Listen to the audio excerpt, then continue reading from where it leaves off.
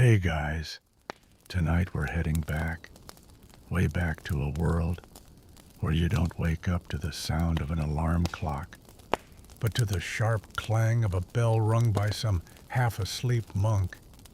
You blink your eyes open to the scent of damp wool, a draft seeping through the cracks of thick stone walls, and the soft creak of wooden beams above. You're lying on a straw-stuffed mattress. Don't shift too much, or you'll meet the scratchy underside of a flea or two, and the ceiling is decorated with spider webs instead of chandeliers. Welcome to your morning in a medieval manor house. You're not a peasant, not quite a king, but something in between a feudal lord. And lucky you, because life is pretty good. If you like your wealth in grain grudging respect and legally enforced cheese tolls. So, before you get comfortable, take a moment to like the video and subscribe, but only if you genuinely enjoy what I do here. And let me know in the comments. Where are you listening from and what time is it there? Now dim the lights. Maybe turn on a fan for that soft background hum, and let's ease into tonight's journey together. You swing your legs off the bed, well more like maneuver them around the wooden frame, and the rush of cold morning air smacks you awake. Your feet land on a rug that was probably part of a bear once, but now feels like soggy cabbage. You grunt, not because of pain or effort, just because you can. You're a lord after all. Grunting is part of the brand. Today, like most days, you don't have to do much manual labor, or any. Your wealth doesn't come from digging ditches or crafting swords. No, your fortune comes from something far less exciting and far more consistent: rent. Specifically, rent in the form of eggs, oats, chickens, and occasionally a barrel of honey or someone's second best pig. The manor house around you isn't exactly Versailles. It's more like a very proud barn with opinions, stone walls, timber roof, and furniture that screams functional first, splinters second. There's a hall with long wooden tables used for feasting meetings and sometimes trials, where you find someone for fishing in your pond. Your chair at the head of the table, it's not just a seat, it's a symbol of power carved with crests and dragons and uncomfortable authority. You head toward the window. It doesn't have glass, of course, just shutters that squeal open on iron hinges. Outside, the fields are already waking up. Peasants, your peasants are tending to your land. That's right, your land. Not because you bought it at some elegant auction, but because it was granted to you by someone even richer in exchange for vague loyalty and maybe a few soldiers if things got spicy. That smell, it's smoke manure and wet hay, but also profit. Every back bent in that field, every calloused hand gripping a hoe means more grain in your storerooms. You sigh contentedly. Feudalism isn't flashy, but it pays. Historians still argue whether feudal lords fully understood the mechanics of their own wealth, if they truly grasped the scale of labor feeding their opulence, or if they just thought they were born lucky and vaguely blessed by God. But here's what's clear: the real work was happening down the hill, and you weren't going to interrupt it. Someone knocks on your door. Not really a knock, more like a gentle scratching followed by a polite throat clear. Your steward, the guy who actually knows how many sheep you own, how many pigs got sick last week, and what to do if someone gets caught brewing beer without permission. You nod. He bows. No words needed. You're important, after all. He hands you a slate with numbers etched into wax. Rents collected, fines paid. One widow offered 3 loaves instead of the standard tithe. You consider it a moment. Maybe she's old. Maybe she's struggling. Maybe you'll be generous today and let it slide, or maybe you'll tax her geese next week. Fairness is relative. You walk through the manor's great hall. The floor is made of packed earth, covered in straw, so it's sort of soft, but also kind of itchy and deeply questionable. The walls are hung with tapestries depicting you winning imaginary battles you never fought. They're propaganda, basically, but cozy. Breakfast, likely a bowl of pottage, a sort of sad medieval oatmeal that can include grains, vegetables, and the occasional lucky rabbit leg. If you're really feeling luxurious, maybe a bit of cheese. But don't get too excited. Dairy's only appealing when you're not thinking about who churned it and how recently their hands were in a pig trough. You eat in silence. Lords don't make conversation unless it's about money, marriage, or mildew. Speaking of which, a messenger arrives with news from the next manor over something about a land dispute or someone stealing firewood. You'll hear it later in court.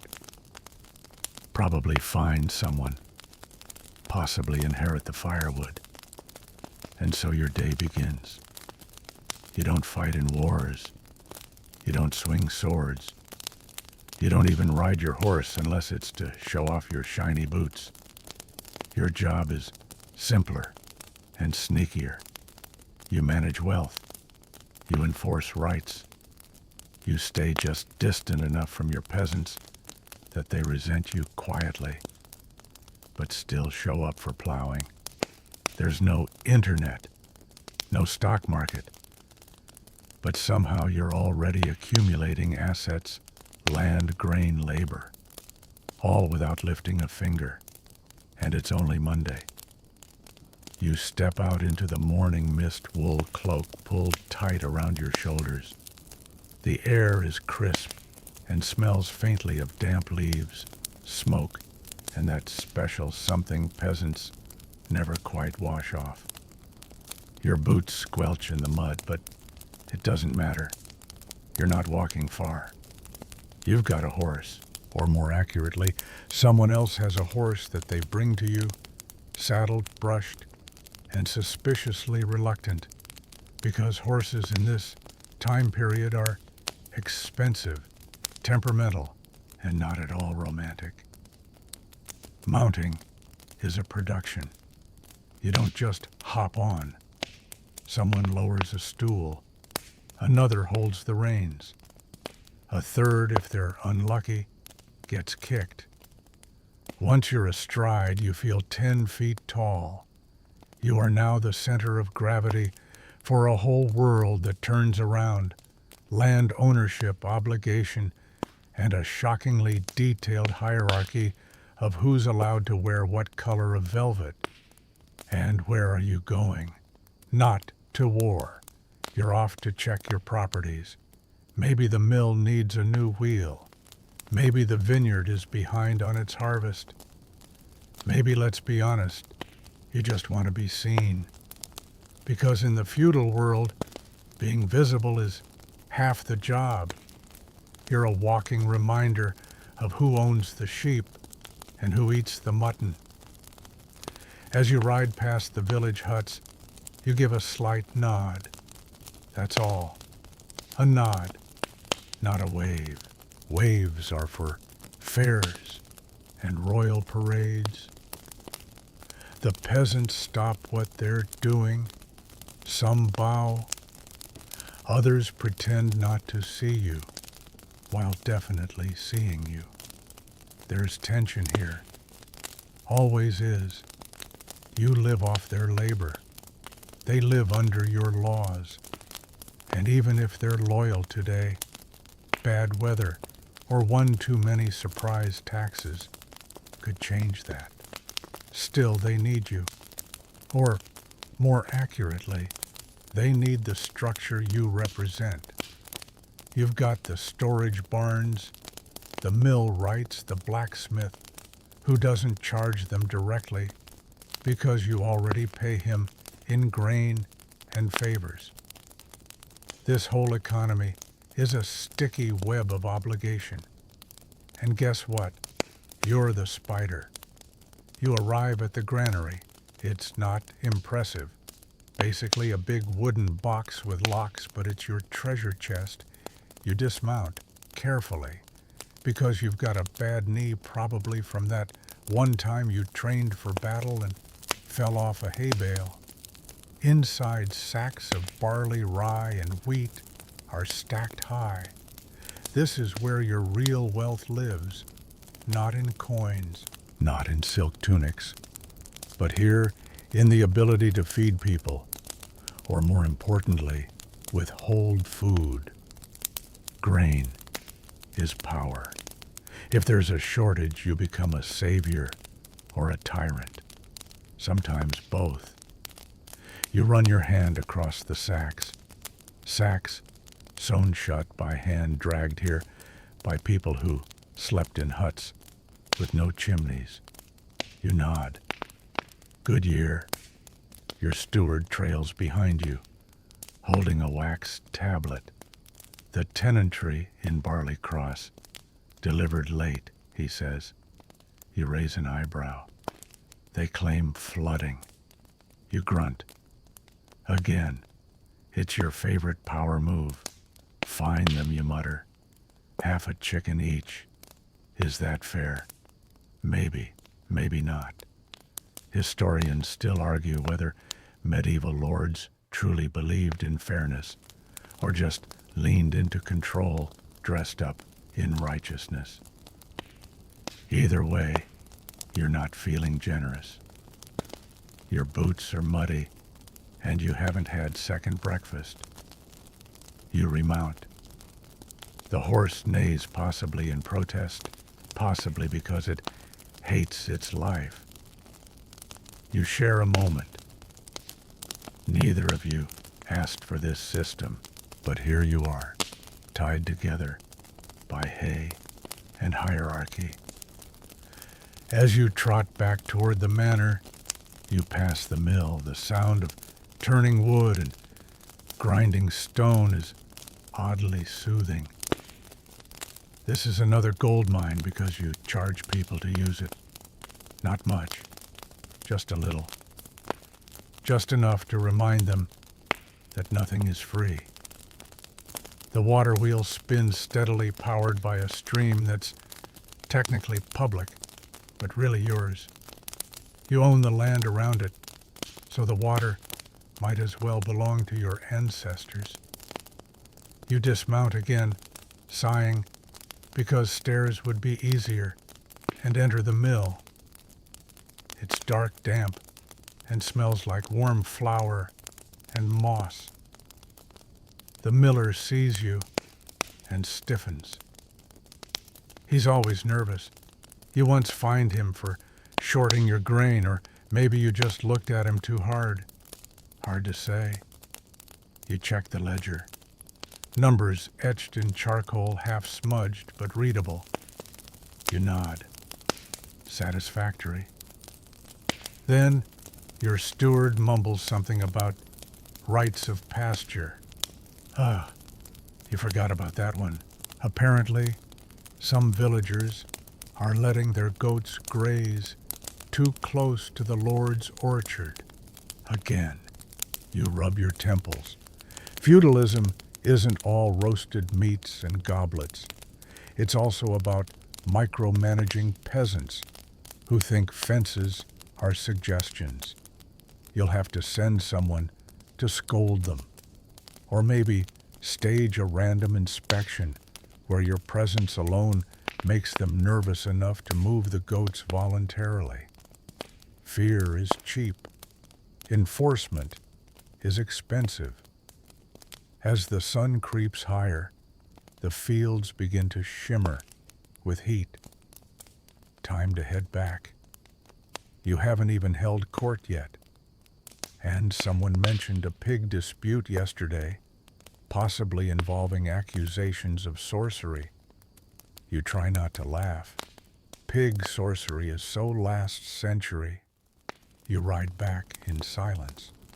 The manor appears on the horizon like a squat, judgmental guardian of tradition. It's not beautiful. It's not comfortable. But it's yours. And it's working.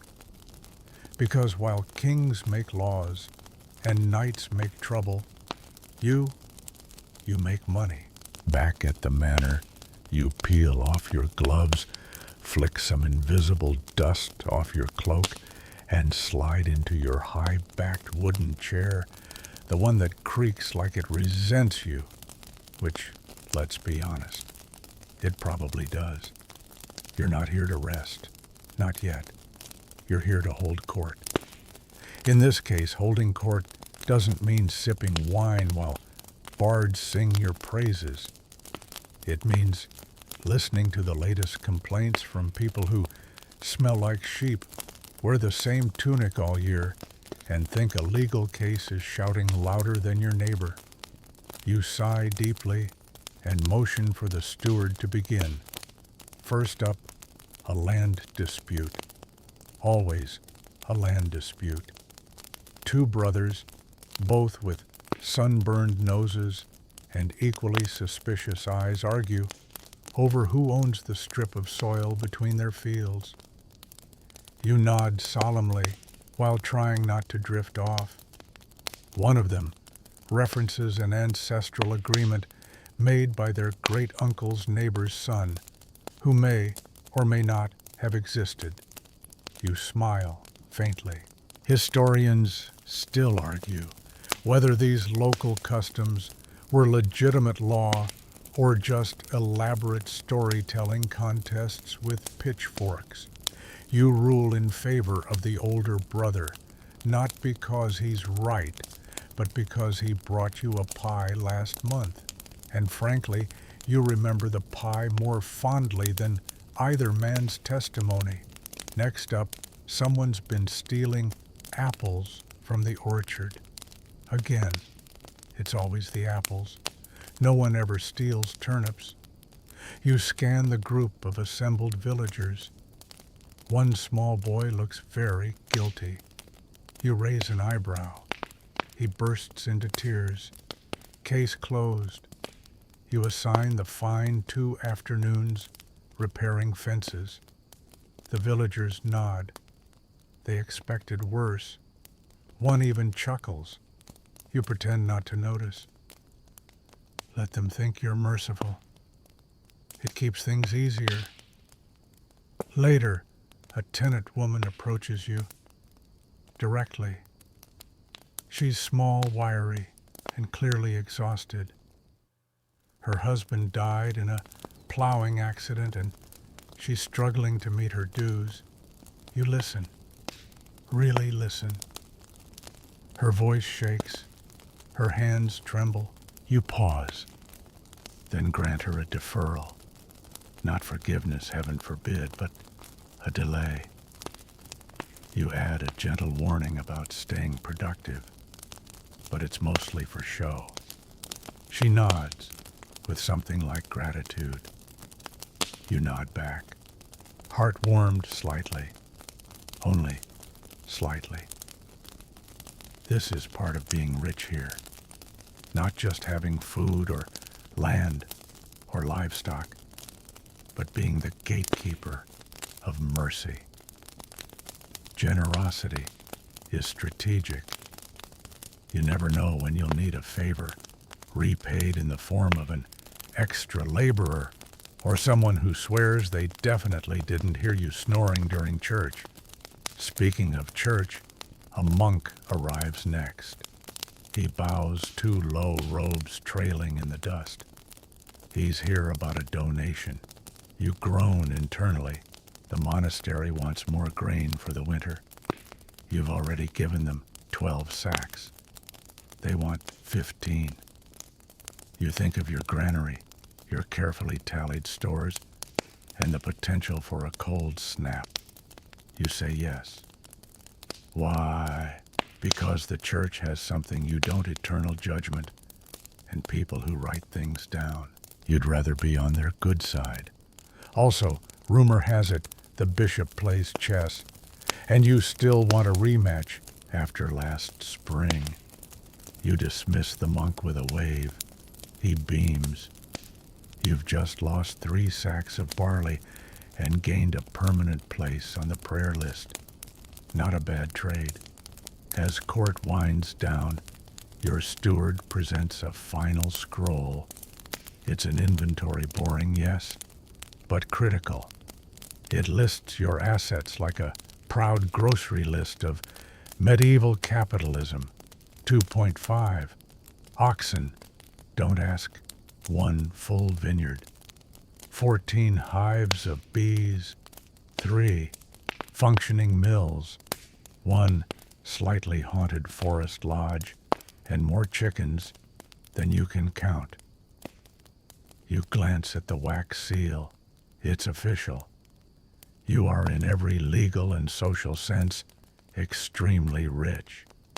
Not in the gold and gems way people imagine, but in the real exhausting, grinded out on peasant backs way that keeps the system rolling. Your fortune comes from food, not flair. From bread, not battle. People think lords get rich from war. They don't. War is expensive. Horses die. Armor dents. Ransoms don't always pay. You can't plant a sword in the ground and grow cabbages. But peasants, they're consistent. Give them a patch of dirt and a rude calendar of feast days, and they'll generate wealth faster than any conquest. Still, you sometimes wish things were simpler. You dream occasionally of a life without tax rolls, livestock diseases, or peasants who think goat theft is a prank. Maybe you'd be a brewer or a traveling lute player. Then you remember how much you hate sleeping on straw and being rained on. Evening approaches. The manor quiets. Your wife, who is probably much smarter than you, but extremely bored, asks if you'll be attending the harvest festival. You say yes. Not because you enjoy dancing, but because it's good optics. Lords who show up at festivals rarely get surprised with pitchforks. Outside, the sun slants low across your fields. Golden light touches every furrow, every fence, every corner of land you own. It's beautiful. And it's yours. But only as long as you keep the machine running. Keep the people working. Keep the grain moving. Your wealth isn't stored in boxes. It's scattered across acres and stomachs and favors owed. You smile faintly and head to the pantry. You're hungry. Maybe there's some of that pie left. You wake up before dawn the next day, not because you have to, but because your steward's rooster is obnoxiously punctual, and you've long suspected it takes personal pleasure in ruining your dreams. You roll out of your wool-stuffed mattress with a grunt, stretch your back with a chorus of snaps, and light the small oil lamp by your bedside. The room flickers to life, shadows, dancing against stone walls, still chilled from the night. As lord of the manor, your days don't start with meditation or gentle tea. No, they begin with spreadsheets. Well, medieval spreadsheets, which is to say long lists on parchment covered in ink smudges and abbreviations that only your steward seems to understand. Today's list: wool, salt, and pigs. Always pigs. You wander down to the solar, where your steward already waits with a scroll in one hand and a goblet of mead in the other. It's too early for mead, but he insists it helps him remember numbers. You pretend not to notice the slight wobble in his stance. The wool tally is promising. Your sheep have been sheared, their fleece bundled into sacks and sent to town to be sold. This, more than any battlefield conquest, is your secret weapon. Wool is the gold of the Middle Ages. Everyone wants it. Merchants, tailors, even bishops with suspiciously fine robes. You imagine a trader in Bruges running his hands through your wool, right now thinking he's struck rich. Joke's on him, you already did. Historians still debate how much medieval wealth truly flowed from wool. Some say it transformed entire economies. Others argue it merely lined a few lordly pockets. You lean toward the former because, frankly, your pockets are lined, and they're lined with sheep fluff. Salt is next. A shipment just arrived from the coast, dusty and crusted, but precious. You store it in sealed barrels, guarded like treasure.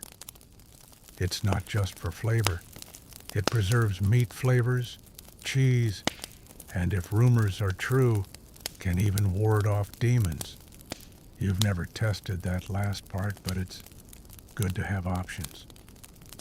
You consider selling half the shipment to nearby estates, but decide to hold off. A hard winter is coming, and salted pork waits for no man. Pigs, meanwhile, continue their campaign of chaotic existence. 3 escaped last night and terrorized the herb garden. You suspect the pigs know exactly what they're doing. They're fat, smug, and deliciously profitable. When sold whole or smoked, each pig brings in enough silver to fund a week's worth of ale and repairs to the leaky roof.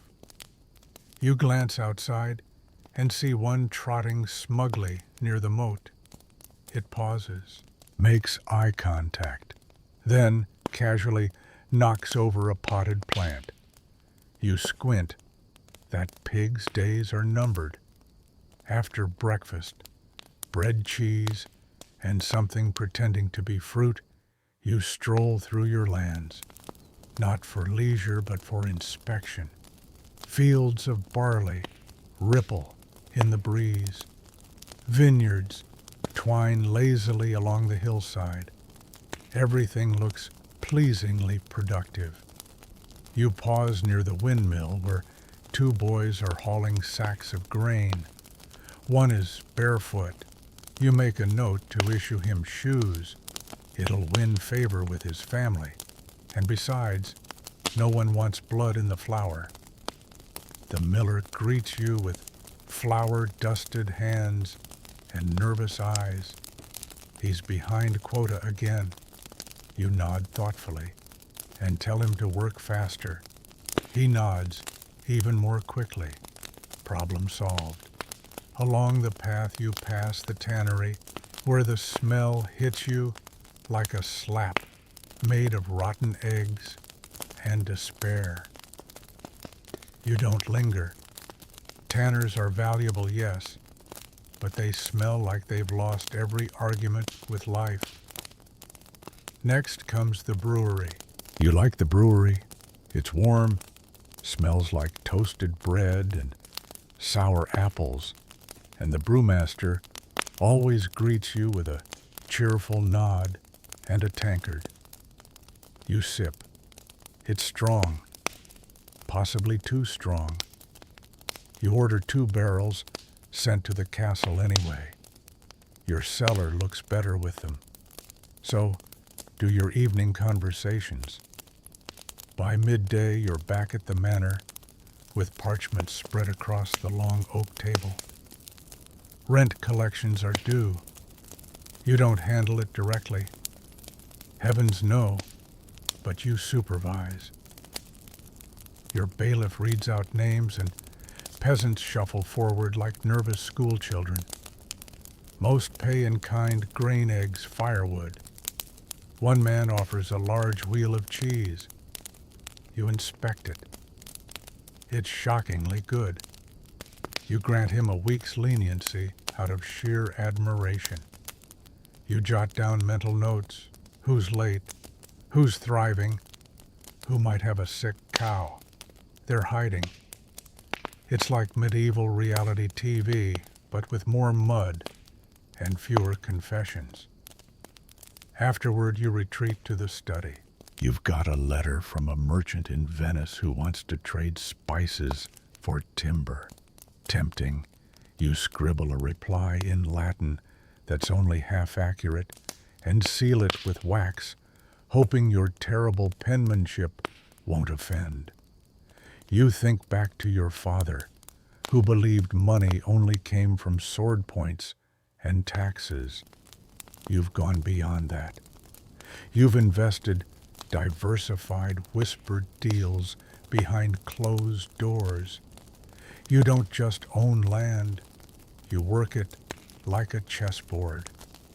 Your power grows quietly, like ivy, wrapping around stone. As the sun sets, you sit by the fire boots, off drink in hand content. You've made no conquests today, no battles, but your granaries are full. Your tenants paid your pigs slightly less smug, and your wool already halfway to a cathedral tapestry. Wealth, it turns out, doesn't always march. Sometimes it meanders, sometimes it bleats, and sometimes it snorts and tramples your time. The next morning rolls around and you don't even flinch when the rooster screams again. It's almost comforting now, like a reliable villain in a bad play. You sit up, stretch your arms, and glance out the narrow stone window. The fog clings low over your estate, and it smells of damp earth smoke and the faint tang of manure. A lovely day for managing tenant complaints, you suppose. Your steward is already pacing in the great hall when you arrive, clutching another scroll like it's a death sentence. "My lord," he says dramatically, "we have a manure issue." Of course you do. It's not just a smell issue, though it is absolutely that. It's that your tenants have been overusing the communal waste pit again, and it's now threatening to leak into the barley field, which, as your steward puts it, would turn next month's beer into a public hazard. You sigh and make a mental note to double-check where the drainage ditches are leading. Farming, after all, is delicate work. You might be a feudal lord, but today you're also a part-time sewage engineer. You trudge outside toward the fields. The peasants are already at work, bending, hoeing, shouting, singing off-key. One older woman sees you approach and immediately bows, holding out a wooden bowl with turnips. Just turnips. No explanation. You take them because you're not sure what else to do. They're warm. The villagers have a habit of offering you strange gifts. Last week, someone left a basket of goose feathers on your doorstep. No note, just feathers. You assume it's gratitude, or maybe a subtle curse. Hard to tell in these parts. You spend the morning inspecting boundaries. The land's fertility is your lifeline, so you walk the edges, check the hedgerows, and glance at the river. It's running a little high from the recent rains, and part of the northern pasture is soggy. Your steward suggests building a small dike, but you shake your head better to wait and see if the weather changes. No need to invest in mud moving just yet. As you pass the manor's apiary, yes, you keep bees now, because why not? You notice something odd. The hives are unusually quiet. The beekeeper, a man with more stings than teeth, informs you the bees are in a mood. You nod solemnly, as if this is a deeply scientific observation. Bees, like your tenants, are temperamental, but their honey sells well in town, especially around festival season. You instruct the beekeeper to leave an offering of lavender near the hives. Superstition or not, it can't hurt. Now comes the less pleasant part of the day, resolving tenant disputes. You settle into the hall as your bailiff ushers them in, one by one, like peasants on parade. First up, two brothers, arguing over who owns a particularly fat goose. Both claim it waddled from the other's yard. You ask how they can be sure it's the same goose, and one of them says it honks with an accent.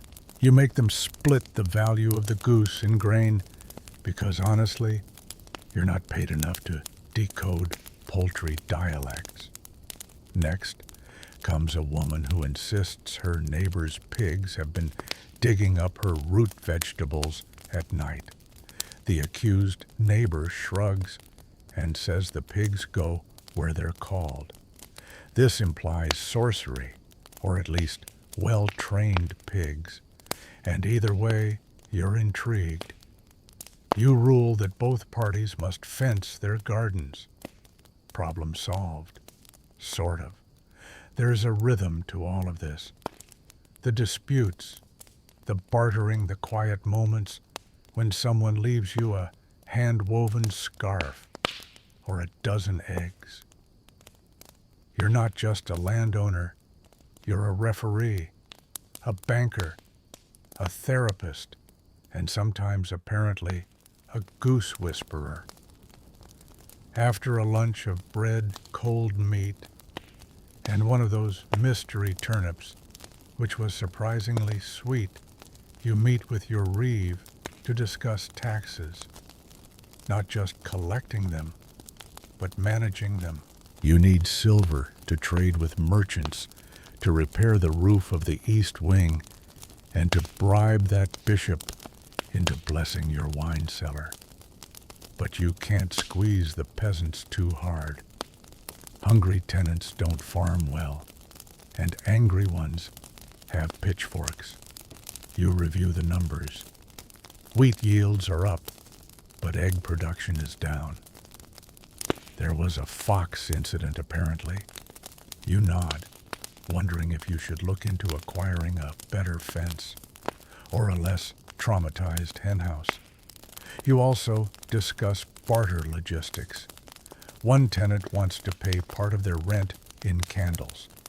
Handmade beeswax candles, to be fair, but still, it's going to clutter up your storage room. You agree mostly because the candles smell nice and your steward has a fondness for them. It's the small luxuries. Historians still argue whether medieval bartering systems truly functioned smoothly or were just an elaborate way to avoid dealing with silver. From your perspective, it's both. Money is convenient, sure, but have you ever traded a jug of honey for a fur-lined cloak? Highly satisfying. As the afternoon wanes, you check on your falconer, not because falconry brings in any income, but because it makes you feel powerful. The birds are majestic, and when guests visit, nothing says wealth like a hawk swooping dramatically onto your gloved hand. The falconer tries to teach you some commands, but the bird seems to prefer ignoring you. You name it, justice. Ironic, considering how often it poops on the guards. You finish the day by overseeing preparations for the harvest festival. It's still weeks away, but planning is everything. Banners need mending, the beer must be brewed, and the fiddler needs to be paid in advance. This time last year, he vanished halfway through a song. You assign tasks, approve a roasting pig, and suggest a poetry contest. Everyone groans. As you return to your chambers, the manor glows in torchlight, and the distant sound of laughter rolls in from the village. You pause. For all the squabbling, the smells, and the goose-based legal cases, there's a certain harmony here. You don't rule with fear. You rule with mild confusion and a keen sense of accounting. You climb into bed. 1 pig, 50 eggs, 4 sacks of barley, and 1 very judgmental falcon. It's been a productive day. The morning mist rolls back like a theater curtain, revealing another busy stage of life on your estate. Today, it's not just your usual village management chaos. No, today's a market day, which means you'll need your most presentable tunic, your least muddy boots, and most importantly, your pretending to enjoy bartering face. You don't technically need to go to the village market. You could send your steward, but let's be honest, he has the charisma of damp wool, and the villagers prefer dealing with someone who occasionally cracks a smile, or at least grunts in a vaguely cheerful manner. You make your way downhill, passing your flock of sheep. They glance at you with the same expression they've had for centuries, vague indifference.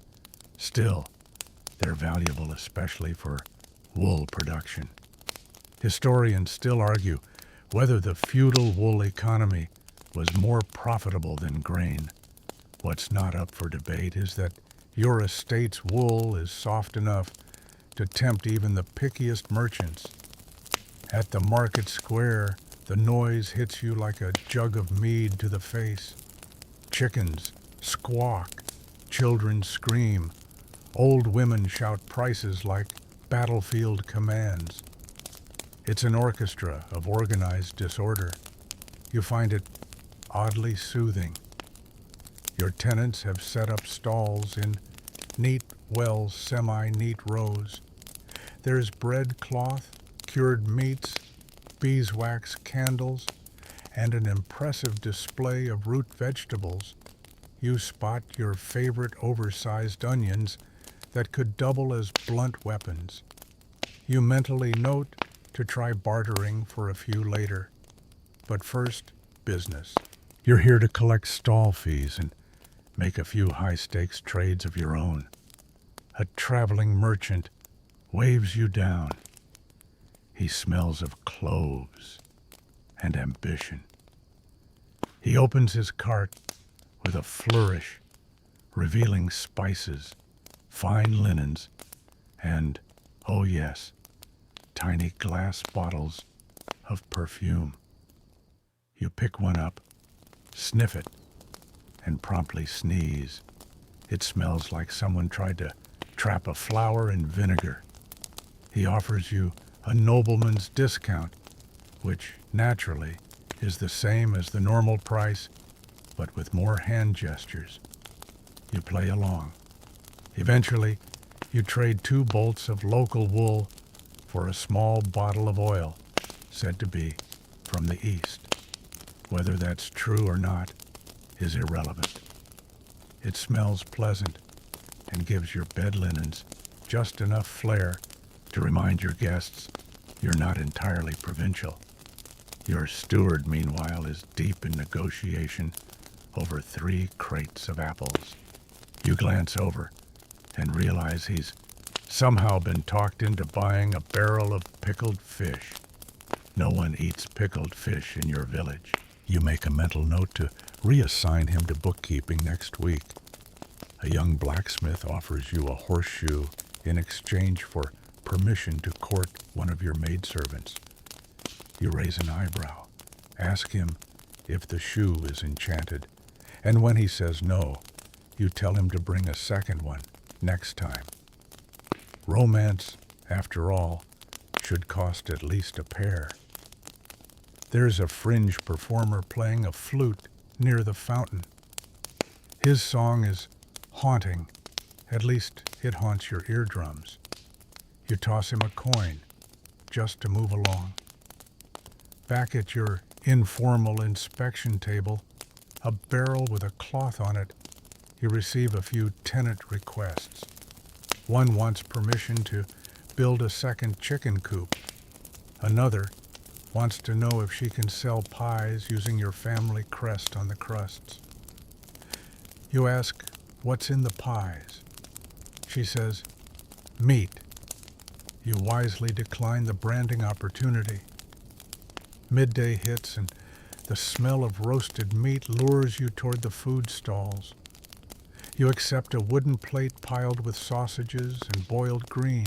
One bite tells you the meat is fresh and probably from that goat you were suspiciously missing last week. You eat it anyway. It's delicious. A troop of monks arrives collecting alms and selling herbal remedies. One offers you a concoction he claims cures melancholy. It smells like mud and old wine. You thank him politely and pass.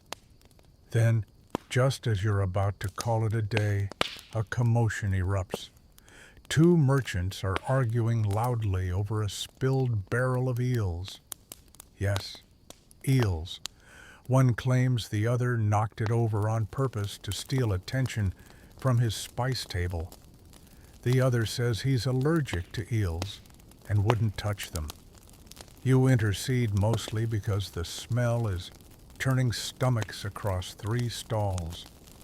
You order them both to clean it up, fine them each a loaf of bread, and assign the eels to the nearest soup maker.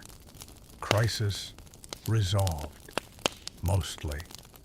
As the sun dips lower, you buy a clay jug of cider and sip slowly, watching your tenants haggle, flirt, and shout. Market day isn't just commerce, it's community. It's how stories spread. Marriages are arranged, and rumors about your falcon's love life somehow get started. You head back toward the manor with a donkey in tow, an unexpected trade after someone offered it in exchange for your old tapestry of St. Wulfstan. You never liked that tapestry anyway.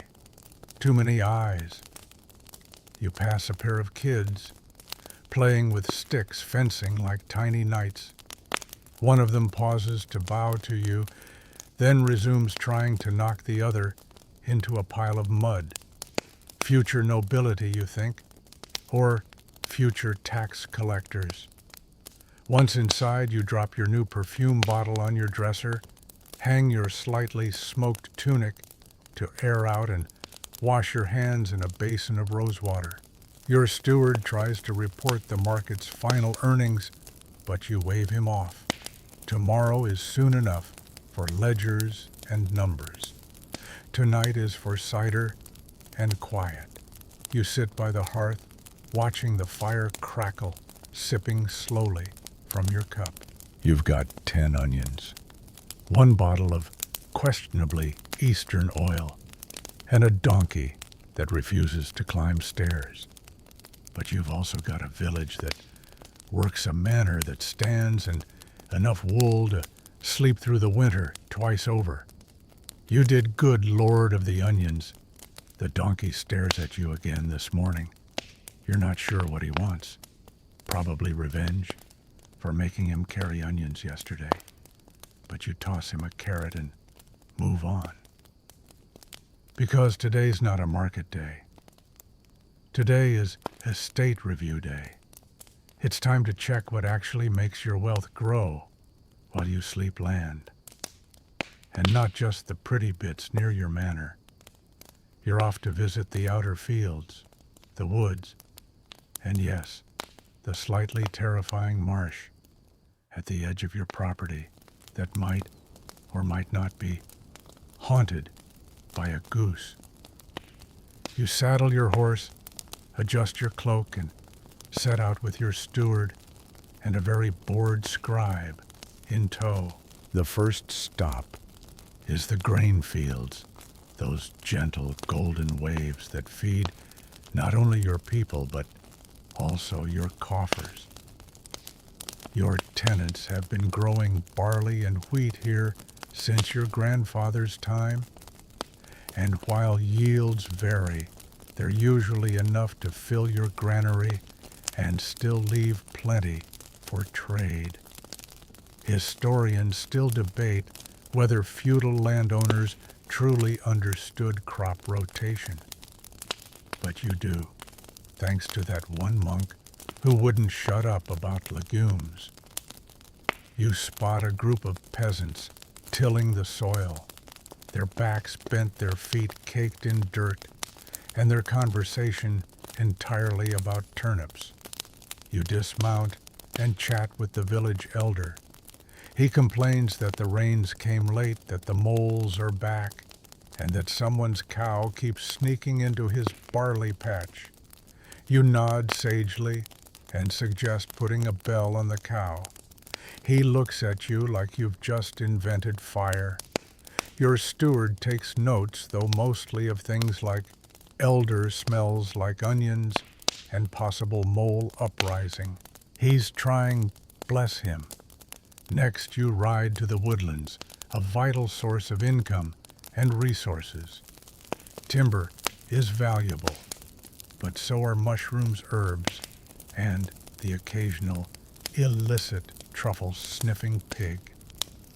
You remind your men not to overharvest wood, regrow slowly, and you don't want to anger whatever forest spirit the villagers swear watches the oaks.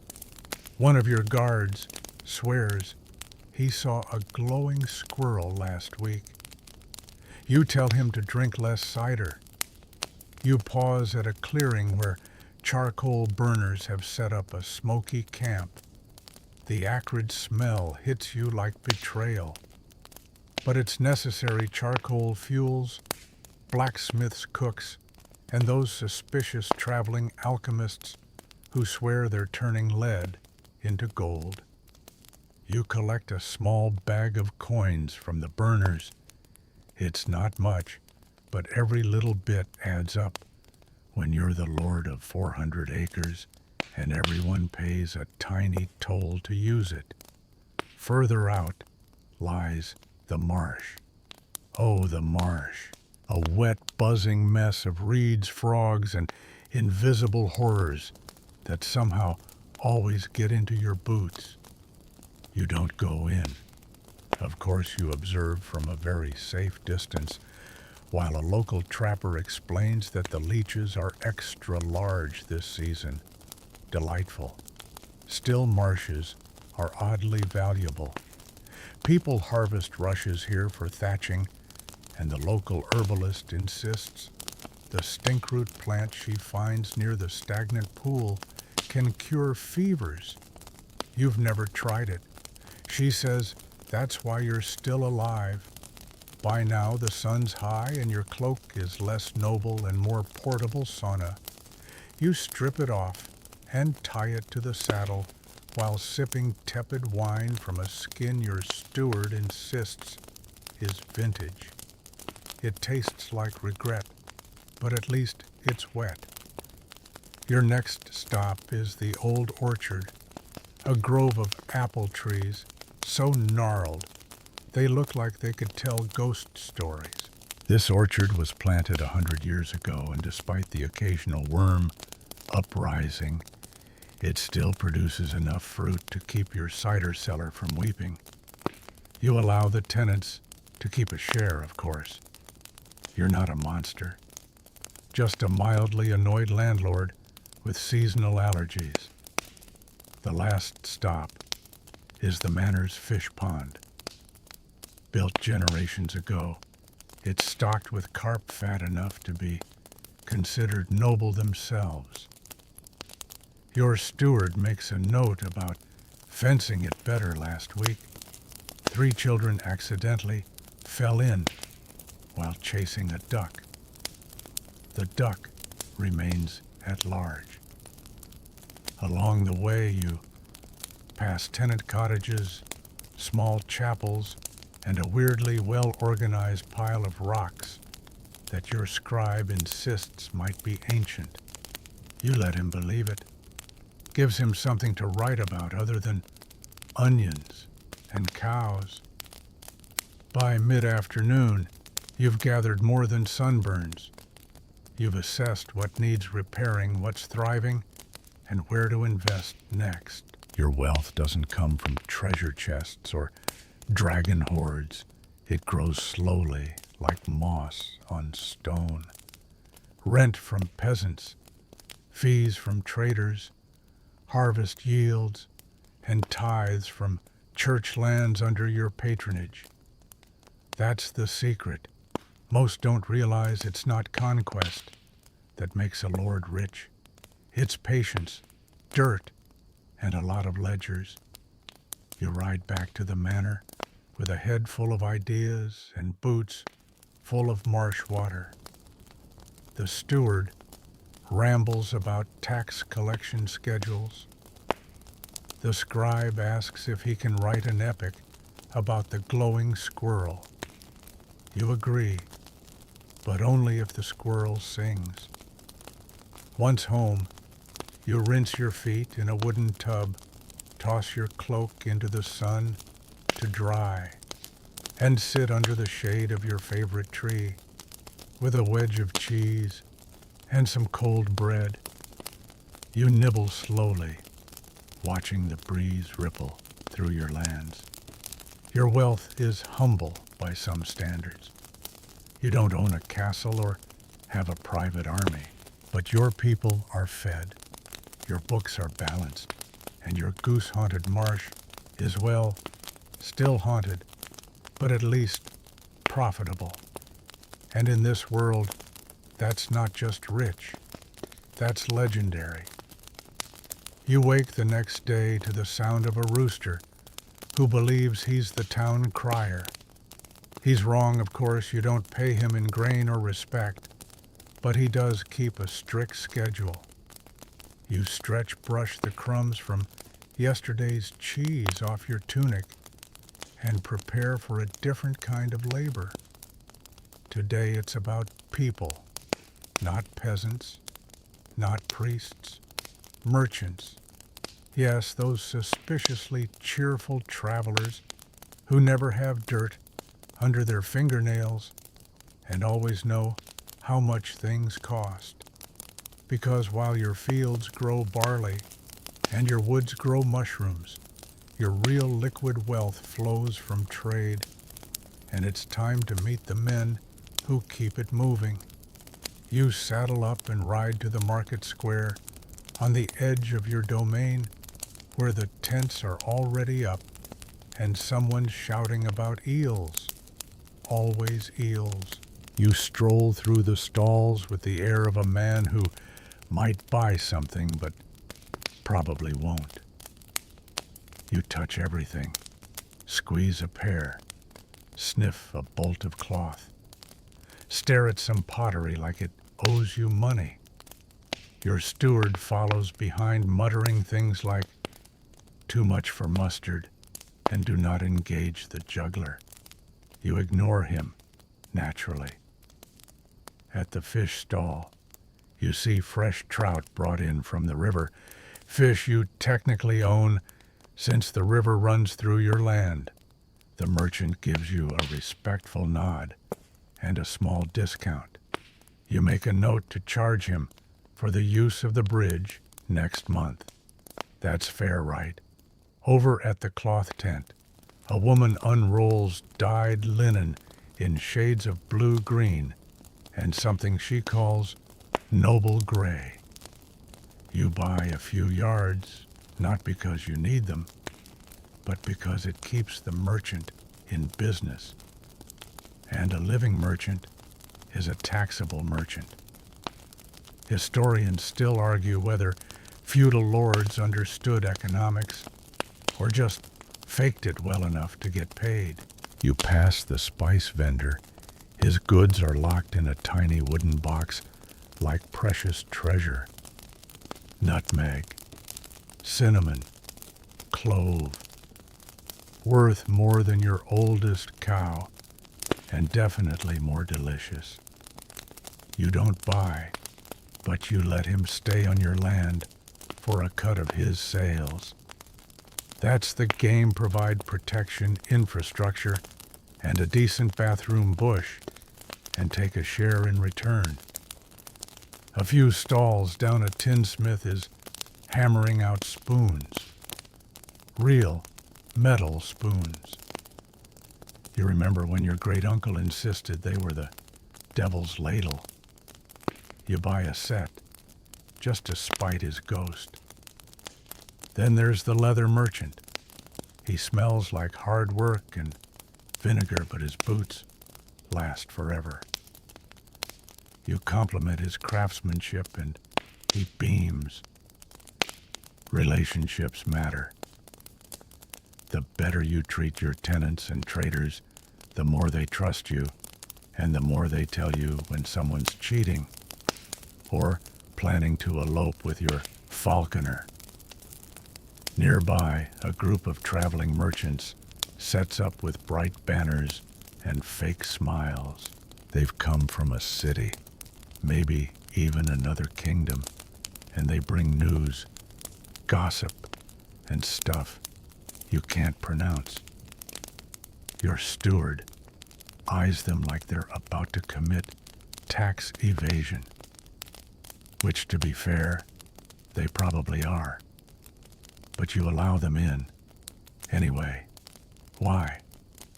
Because for every weird dried fruit or mystery salve they sell, they spend silver in your taverns, they rent stalls, they pay bribes, temporary hosting fees, and they spread your manor's name across the region. Branding, you see. Long before logos, there was the noble crest burned into the brain of every person who bought a fine barrel of your cider. Speaking of barrels, you stop at the cooper's booth. His barrels hold the cider that fuels your seasonal profits. You discuss stave curvature like it's high art. The scribe who tags along writes, "Lord debates barrel souls." Close enough. As midday hits, you retreat to the shade of the central oak tree and sip weak wine from a pewter cup. Around you, trade buzzes. Coins clink, children scream, pigs disapprove of everything. You let it all wash over you. A younger noble from another estate arrives. He's wearing velvet. In summer. Bold. He asks if you'd like to buy his cousin's goat breeding rights. You pretend to consider it. You know the cousin. He once got stuck in a well. You decline politely and instead offer him a cider contract. He hesitates, then agrees. That's how deals are made. Not in war councils. In moments like this, with sweaty velvet and lukewarm drinks. The afternoon wears on. You visit the tavern just to check on things, of course, and watch as a group of farmers debate whether to spend their harvest bonus on more tools or one really good wheelbarrow. You lean in and suggest, get both. Split the cost. They blink. You've just invented rural microfinancing. Kind of. Trade isn't always grand. It's sacks of oats pigs on ropes, haggling over soap. But it moves money faster than crops or taxes ever could. Every little transaction, every carrot swapped for a comb sends a tiny ripple through your economy. And you're the pond they all splash in. You walk back to your manor with dust on your boots and a ledger in your head. The steward babbles about toll adjustments. The scribe hums a song about spoon taxes. The merchants pack up, and the sun casts long golden lines across your land. You didn't fight a war today. You didn't collect a ransom. You just watch people do what they've always done. Buy, sell, barter, swap. And you skimmed a little off the top, as lords do, and somehow that made you richer. The next morning you wake to the soft clatter of coins, not raining from the sky, sadly, but being counted by your steward in the room below. You roll over, scratch your ear, and consider the greatest secret of feudal wealth land rent. It's not sexy. It doesn't come with sword fights or ballads. But oh, does it pay? See, you don't just own land. You own everything on the land. Fields, trees, bushes with berries you pretend not to tax. And most importantly, you own the right to let others use it for a fee. That's what rent is. And in the medieval economy, it's the closest thing to printing money. You dress slowly with the exaggerated dignity of someone who doesn't have to be anywhere fast. The peasants, by contrast, have been up since the first chicken sneeze, sweating over grain bundles and praying their thatch roofs don't cave in during the next rain. You're about to sit at a large table and nod meaningfully as people tell you what you already know. Your bailiff presents the ledgers. He smells faintly of parchment and defeat. You flip through them with practiced disinterest. Each entry is a story the miller's cousin finally paid the full rye quota. The smith's apprentice added a goat to his lease. Old Walter, rest his soul, didn't make it to rent day and has left his shack to his slightly less wrinkled nephew. You pencil in raise rate. Historians still argue whether most lords understood the complex rent systems or whether they just relied on experienced stewards and a strong glare. You pretend to understand every line. You've mastered the art of frowning at random intervals to seem thoughtful. Rent comes in 3 flavors. First, there's labor rent, where peasants owe you a chunk of their week in work plowing your fields, fixing your fences, occasionally catching your drunk falconer. Then there's produce rent, where they give you a set portion of whatever they grow or raise. That's why your cellar smells like turnips 10 months a year. And finally, there's cash rent, the crown jewel, cold hard coins, the kind that jingle when you walk and impress visiting nobles. It's rarer because most peasants don't have coins, but those who do, you mark them down for a chat about future expectations.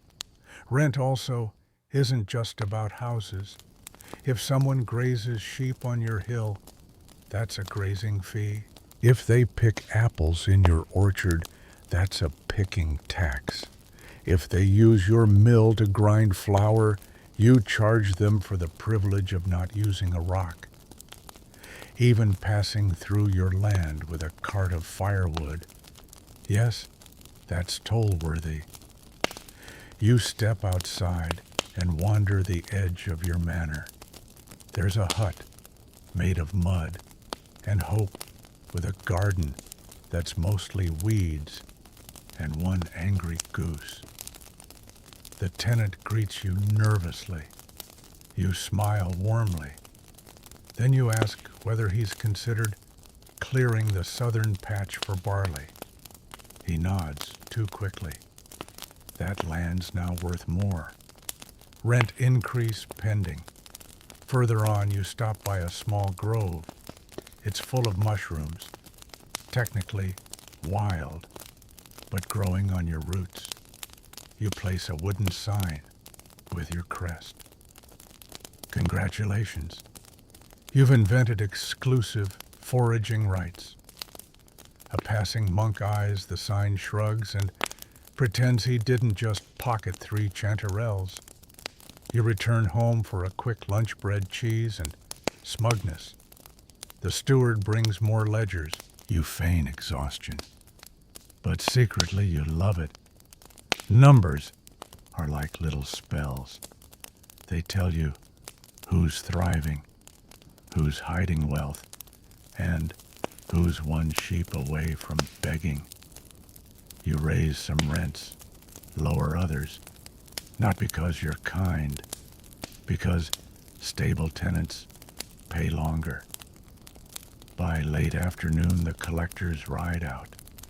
They wear your colors, carry your seals, and possess the social charm of wet parchment. They knock on doors, accept coins, flour sacks occasionally, a wheel of questionable cheese. You don't go with them, of course. Lords don't collect rent. Lords receive reports. That evening, you host a tiny feast.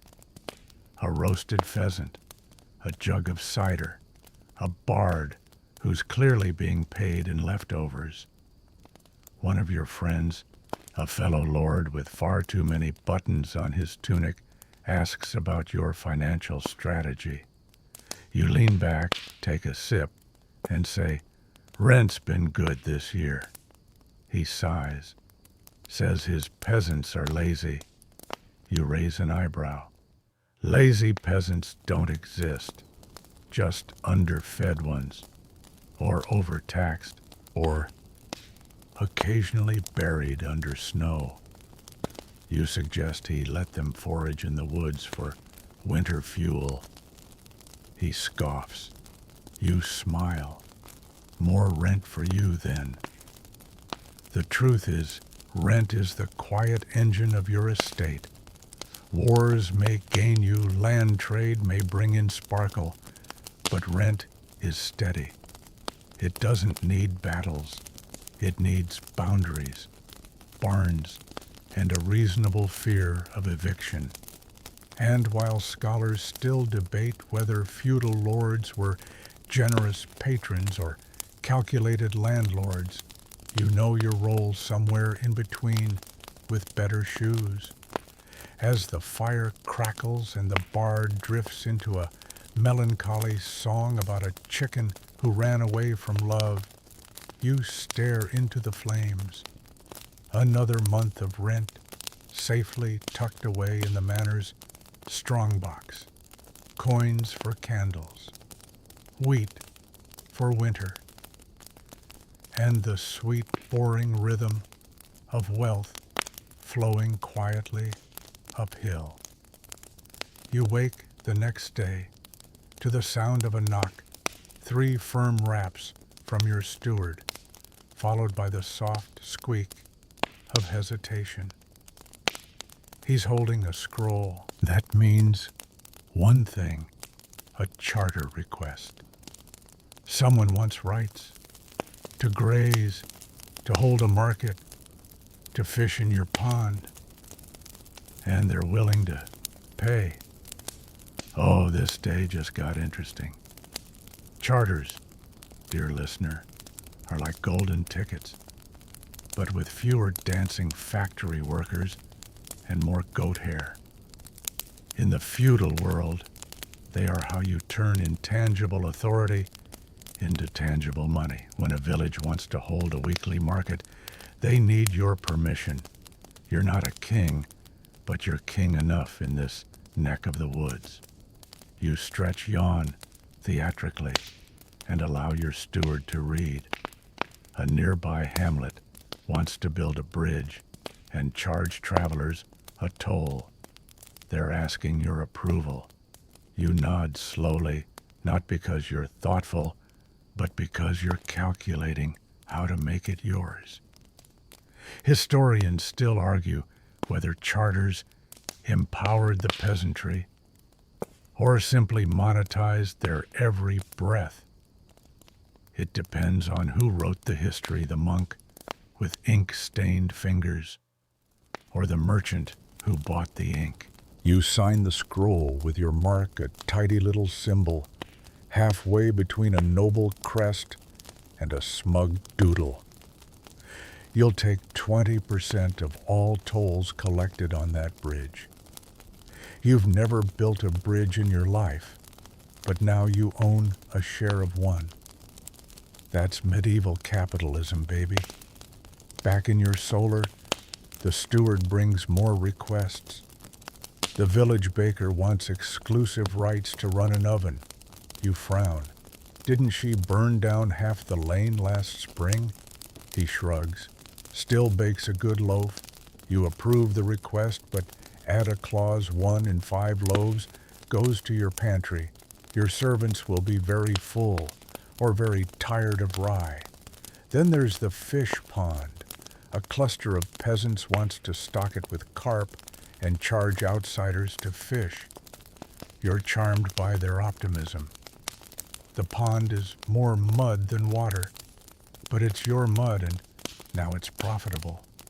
You agree, provided they build a fence and give you the first 5 carp. You stroll out mid-morning to inspect your chartered asset. The baker's already set up a new oven, proudly puffing smoke and self-confidence. The pond now has a rude little sign, fishing by permission only. You laugh. It's ugly, but legally, it's yours. On your way back, you meet a merchant from a distant town. He's brought velvet and vinegar and wants to set up a stall.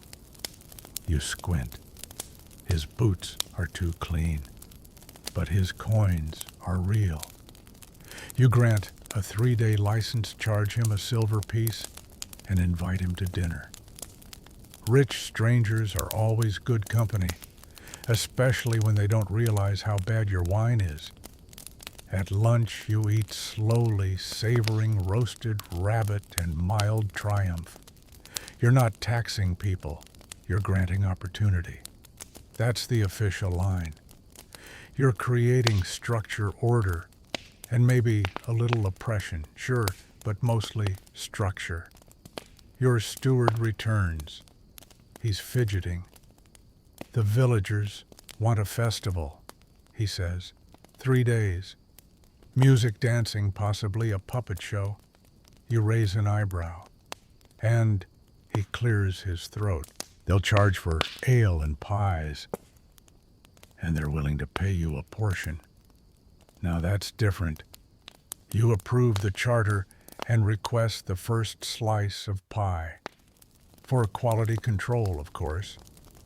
Scholars debate whether lords encouraged local economies or simply leached off them.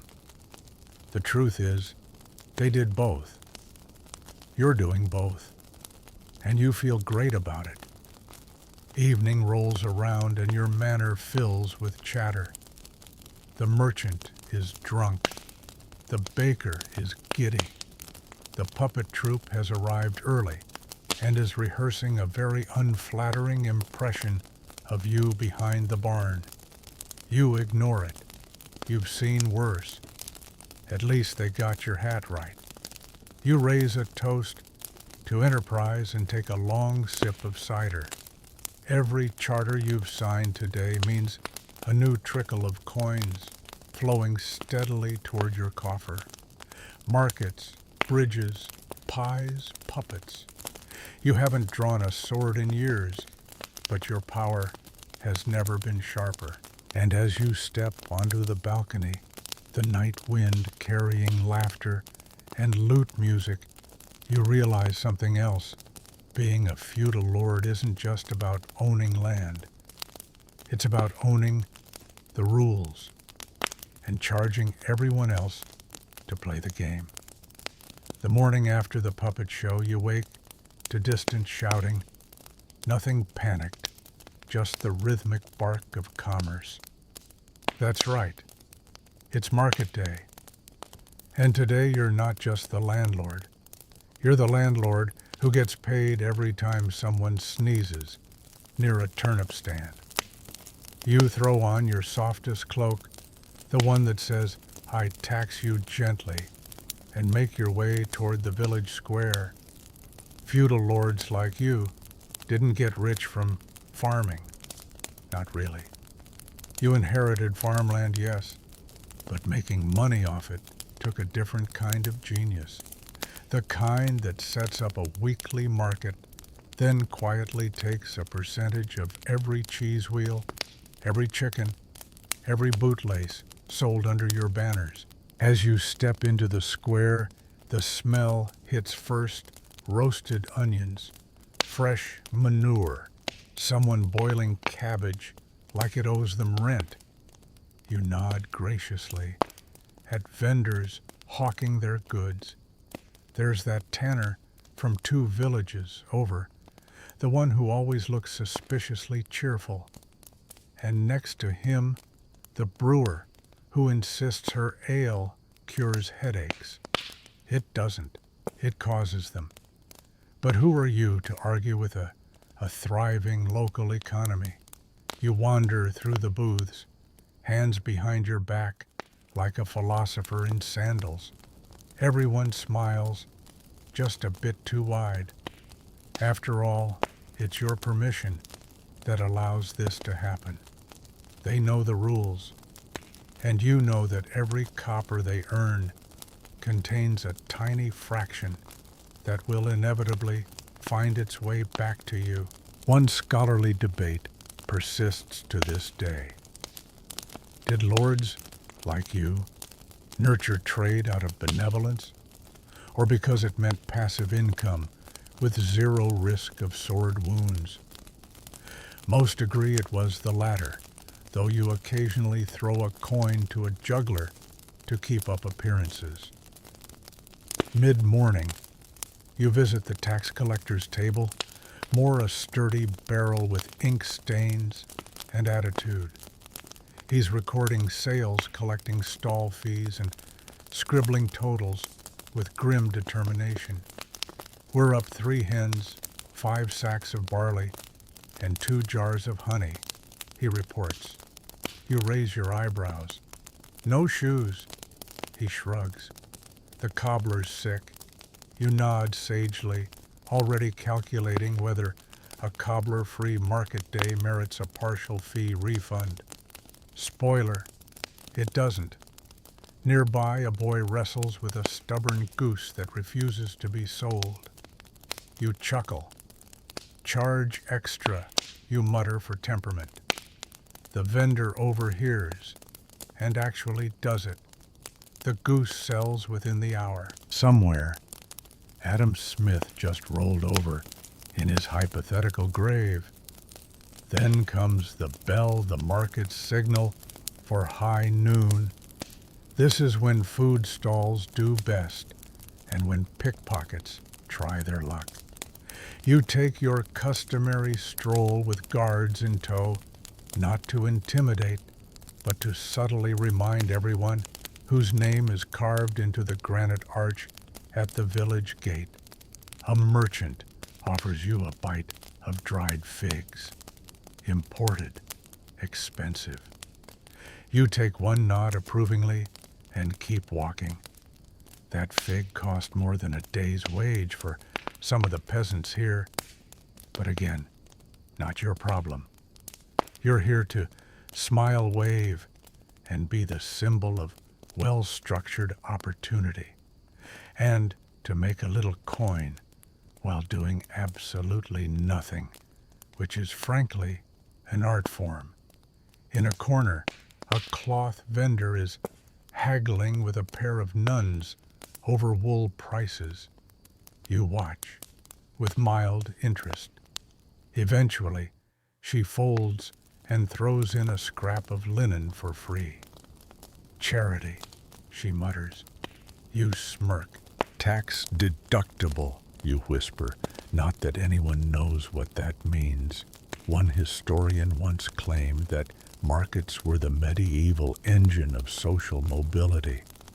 Another argued they were just a way for lords to siphon peasant energy into gold. Both are right. You've seen a stable boy become a seller of beeswax candles. You've also seen him evicted when he couldn't pay stall fees. Balance, you tell yourself. Everything is balance. Later, under a shaded awning, you sip lukewarm ale and discuss tariffs with your steward. There's talk of increasing tolls on outside merchants, but gently you say, just enough to remind them they're guests. He nods, scribbling a note. Somewhere down the line, this will mean more velvet in your wardrobe and fewer coins in a barrel maker's purse. The system works. You end the day with a final sweep of the square. The vendors are packing up. The ground is a mess of hay, breadcrumbs, and crushed dignity. A jester trips into a cart of apples. Laughter erupts. Someone sings off key. The air smells like mud and success. Back at your manor, the treasury clerk reports earnings. Not bad for a day of waving and fig sampling. And as the sun dips behind the hills, you allow yourself a grin. Feudal wealth isn't loud or flashy. It's patient. It's the kind of wealth that trickles in slowly with every market bell and goose squawk. The kind that lets you rule from a bench with a wine cup instead of a battlefield. And you've mastered it. You wake to the scent of beeswax and ink, a sure sign your scribes have been busy overnight. That can only mean one thing: land transfers, rental updates, and maybe, if you're lucky, a juicy inheritance dispute. Feudal landlords like you don't just rake in profits from crops and markets. No, the real wealth lives in scrolls, in seals, in the inked lines of contracts so dense they could double as bedtime stories for the legal-minded. You trudge to your solar, the manor's private study and sunroom, where light filters through stained glass in a kaleidoscope of judgmental colors. There, your steward awaits, half buried in a pile of parchment. "Good morning, my lord," he mumbles, eyes twitching from a night of estate math. "We've got a few matters to discuss." The first scroll he unfurls is a beauty, a land lease from 2 villages away. The tenant wants 30 acres for sheep grazing, and in exchange, he's offering 12 fat lambs a year and exclusive cheese rights. You lean back, considering. Sheep mean wool. Wool means textile taxes, and that means more coin without so much as lifting a finger. You nod. Approved, but stipulate he builds a fence. I won't have woolly invaders. This is the power of ownership. You don't farm, you own the thing that makes farming possible. And every legal transaction becomes another brick in your empire. Historians still argue whether lords truly understood the long-term legal implications of these contracts, or if they just liked stamping things with their wax seal. You absolutely love stamping things. Your steward continues. There's also a dowry claim. Lady Beatrice insists she was promised the mill pond in her marriage contract. You snort. She was promised ducks. That's not the same. The steward hesitates. She's threatening to involve the bishop. You sigh, already mentally calculating how many barrels of ale it would take to pacify a minor ecclesiastical crisis. Next, a village priest seeks permission to build a chapel on your land. Technically, it's for the glory of God. Practically, it's an investment. Chapels draw people. People need food, housing, candles, and you just happen to own the bakery, the cottages, and 3 beekeepers. You agree, of course, but insist the chapel roof be tiled with slate from your quarry. Divine synergy. While you're reviewing a cattle ownership dispute, 1 cow, 2 claimants, both equally confused, you catch yourself chuckling. This is what makes feudal wealth so quietly absurd. You don't just own land. You own everything around it, too, the roads, the wells, the gossip. If a blacksmith sneezes in your jurisdiction, you can probably collect rent on the air. A visiting monk brings more documents, a long-forgotten agreement involving fishing rights, and an overly ambitious bridge.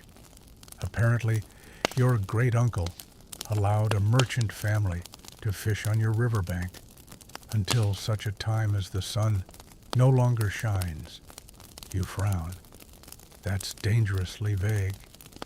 You amend it with a clause, unless otherwise taxed. There, problem solved. Later that day, a tenant arrives to renew his farm lease. He brings a goose as tribute, which honks aggressively at your scribe. You pretend not to laugh. The man bows. My lord, the fields are fair, and my crops are sound. You ask if he's rotated them this year, because yes, you know about soil exhaustion now. Yes, oats then barley, he says proudly. You nod approvingly. Excellent. Tell the village healer to keep an eye on you. Healthy tenants grow fat tithes.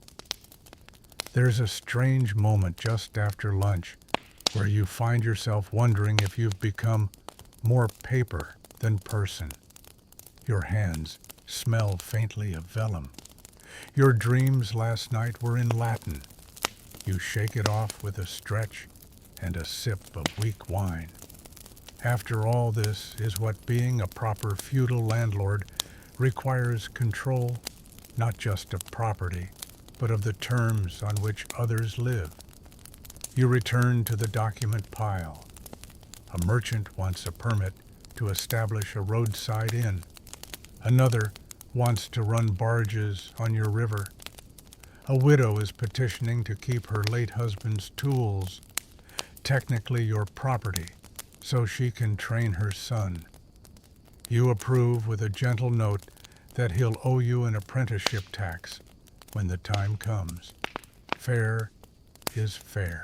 One particularly odd parchment details a pig dispute in a forest clearing. They claim the pig is clairvoyant your steward says deadpan. You raise an eyebrow. Charge it double, then you reply. It knows what's coming. Evening falls, and you're still not done. The last scroll is sealed in red wax urgent. It's from your cousin asking for mediation in a border spat over a hill so small it doesn't even cast a shadow. You chuckle. Tell him he can have it, but he must plant 3 oaks on it. I want bird song when I pass through. This is the brilliance of your position. War is messy, uncertain. But contracts endure. You can pass them down, stack them high, and sleep soundly knowing your legacy is scrawled in clauses and margins. As you tuck the final scroll into the coffer, your steward sighs. You know some say land is power. You nod. But the right to write about land, you say with a smirk, that's pure profit. You wake up the next day to the sound of hooves clopping lazily in the courtyard. A merchant caravan has arrived. Not raiders, not beggars. Actual trade partners, draped in garish silks, and trailing behind them, the smell of cinnamon sheep and overly optimistic accounting. You peer from your window as they begin to unload crates of dried figs and sheaves of wool that don't look nearly as fluffy as promised. Still, it's a good day, because as a feudal lord, you know this trade makes your wallet fatter without ever making your sword heavier. By mid-morning, you're sitting across from the caravan leader, a wiry man with stained fingers and a smile that could charm the bark off a tree. He wants to renew his license to use your toll bridge, the same toll bridge your grandfather built 3 generations ago and has paid for itself 50 times over. You lean forward, sipping watered wine. Same fee as last year, you say casually, plus 10 barrels of salted fish. He grimaces. Fish are scarce. You nod solemnly. So is bridge maintenance. Trade rights tariffs toll roads and market stalls. This is the kind of warfare you prefer, the kind that ends in parchment and handshakes, not blood and broken mail. Historians still debate whether lords in your time fully grasped the long-term leverage of controlling crossroads and river ports, or if they were just accidentally rich thanks to geography. You know exactly what you're doing. You stroll down to your weekly market. The smells hit you. First, roasting meat, beeswax, churned butter, something that might be soap. You watch as peasants haggle over onions and a wool merchant lays out bolts of fabric on your table. Well, technically his table, but he pays you rent, so it's yours in spirit. You pocket a copper from his voluntary contribution box. Nothing's quite so voluntary under your roof. A tanner approaches, cap in hand. My lord, I'd like to expand my stall. You ask, with what? He beams. Rabbit pelts. Very popular with visiting monks. You smirk. As long as it doesn't smell like your last booth, you've got a deal. You don't need to be an expert in leather to know that one stinking hide can chase away a dozen paying customers. Landlords must think like landlords and like tourists. A friar buys cumin from a spice trader, who then turns and offers you a pouch as a gift. A token of good favor, he says, bowing. You examine the fine powder. Could be spice, could be sand. Doesn't matter. He's rented 2 stalls and his donkeys haven't trampled anything. He's golden. Near the well, you catch a bard playing an out-of-tune lute. He's singing about a war you vaguely remember being a part of. You miss the best part you mutter as you pass. He changes the lyrics instantly, inserting your name and heroic deeds that definitely didn't happen. You flip him a coin anyway. You're not paying for truth, you're paying for ambiance. Midday arrives, and with it, a tax collector. He's here to count the scales, to weigh the grains, to ensure every merchant pays their due. Not everyone is thrilled. One fishmonger starts arguing about eels. They're slippery, he insists. Hard to count. You raise an eyebrow. Then sell less slippery things. The man grumbles, but forks over his eel fee. Back at the manor, you meet with your steward and review today's toll income. It's decent. Not stunning, but enough to buy 2 barrels of imported wine or a modest bribe for the bishop's nephew. You consider both. Your steward suggests investing in a second market day. The village is growing, he says. More traders, more coins, more foot traffic. You nod. And more reasons to raise stall fees. Outside, 2 children try to sell pebbles painted like saints. One looks suspiciously like your cousin. You buy it anyway. You're a businessman, but not without whimsy. As evening sets in, a messenger arrives from a neighboring manor. They want to establish a joint caravan route, shared patrols, coordinated fees, maybe even a standardized toll rate. Revolutionary. You scratch your chin. Agree, you say. But only if we get naming rights. The toll of good fortune has a lovely ring to it. By torchlight, you walk the market path once more. Merchants are packing up. Peasants are counting pennies. And somewhere in the distance, a goat is trying to eat a ledger. The life of trade is not glamorous, but it is dependable. And more importantly, it's scalable. You pause at the edge of the square, watching your little economy wind down for the night. No battles won, no enemies slain, but 10 new permits, signed 4 tolls collected, and a full chest of coins in your study. You smile. This is how you build wealth that lasts 1 pouch, 1 stall, 1 toll at a time. And maybe, just maybe, 1 painted pebble saint for good luck. You wake early the next morning to the earthy scent of freshly upturned soil and the soft thud of hooves outside your window. Today's not about markets or tolls. Today is all about land, your most valuable, stubborn, unpredictable source of wealth. You pull on your tunic a fine wool number, dyed with woad, and lace up your boots. Time to inspect your fief. Outside your reeve, a man with more opinions than teeth waits with a list. The west fields are damp, he mutters. The oxen are sluggish, and the new plow's wheel cracked.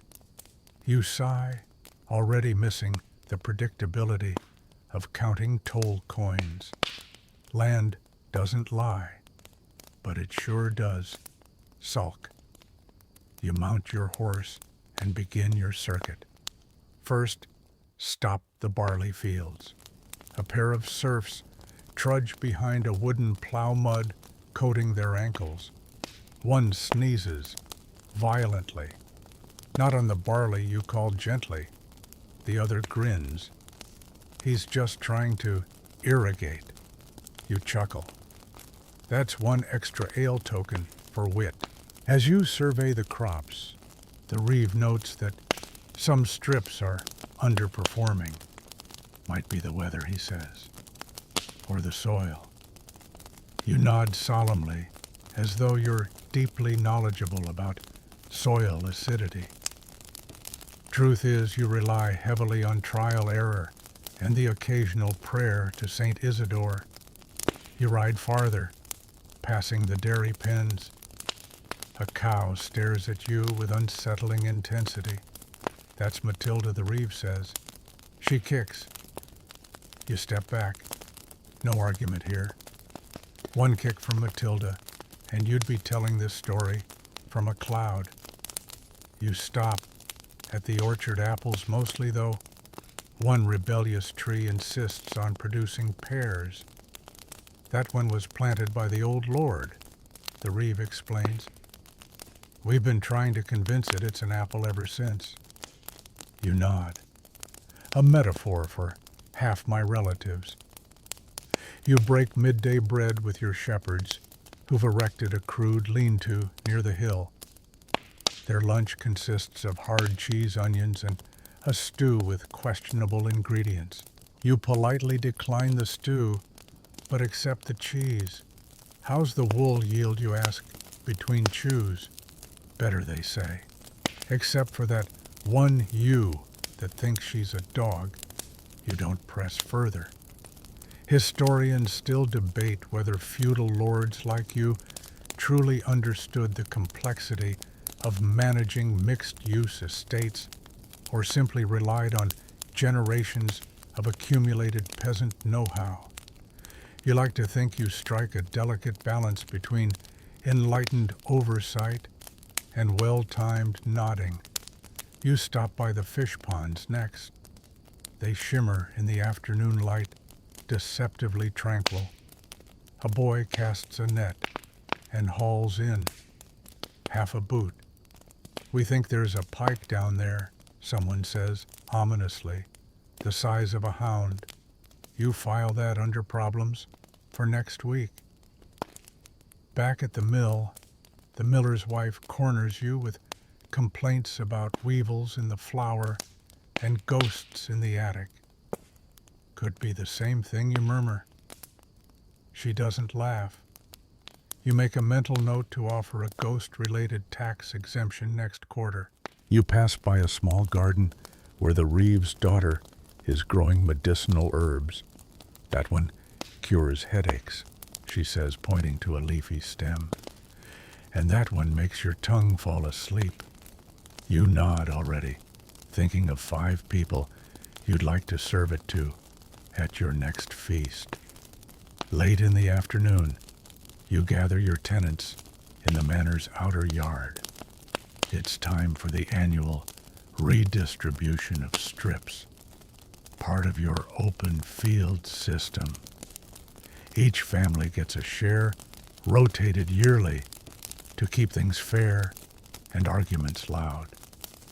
You stand as names are called, plots assigned, and muttered curses exchanged. This is democracy feudal style, heavily moderated by your mood. Someone tries to bribe the reeve with a pie. It works. You don't even intervene. You just ask for a slice. As the sun sinks, you walk your boundaries one last time. Stones mark the edges, moss-covered and chipped. You remember when a neighboring lord tried to move one a few feet east. That led to a boundary feud that ended with both sides agreeing to duel using poetry. Your side lost, but you gained 3 cows in the settlement, so you called it a win. You pause at the hill, overlooking the whole estate. The fields stretch out in patchwork browns and greens. The village smoke curls gently upward, and your peasants, your revenue, in boots, head home tired but fed. This land with all its tempered tantrums and moody livestock is your lifeblood. Not the glitzy fares, not even the gleaming coins. This soil is your foundation. You smile. Tomorrow there'll be more petitions, more complaints, maybe a goose-related incident or two. But for now you've walked every furrow, counted every sheep, dodged every cow with a grudge. You're not just a landlord. You're a gardener of the long game. Morning fog hugs the fields as you step onto the damp stones of your estate's storage cellar, torch in hand. Today is tally day, when all that barley, wool, salt fish, and miscellaneous goat parts get counted, weighed, logged, and possibly argued over. You might not swing a sword for glory, but these ledgers, these are your battlefield, and your quill is mighty, if a bit squeaky. You duck inside. The cold hits first, then the smell like aged cheese wrapped in mildew and ambition. A pair of clerks are already hard at work, hunched over wax tablets and parchment scrolls. One of them sneezes directly into the ink pot. That's a loss, he mutters. Ink or dignity, you ask. He's unsure. The inventory begins. First grain. Massive sacks line the stone walls like sleepy sentries. Each sack's weight is estimated, adjusted, and recorded in your great book of stuff, as you affectionately call it. Historians still argue whether these record books were genuinely accurate or mostly wishful thinking in Latin. Judging by the suspiciously round numbers, you're leaning toward the latter. Next, livestock tallies. You step out into the stable yard. Chickens peck at your boots. The steward approaches with his annual rant. We've lost 6 pigs, 2 hens, and a donkey with boundary issues. You raise an eyebrow. Boundary issues. He keeps visiting the bishop's garden. The steward sighs, eats the roses. The bishop is displeased. You make a note. Donkey diplomacy required. You count sheep, or try to. They're more cooperative when sleeping, which ironically helps no one but your insomniac cousin. A quirky tidbit, one of the rams is blind, but leads the flock flawlessly. The shepherd insists the others just follow his confidence.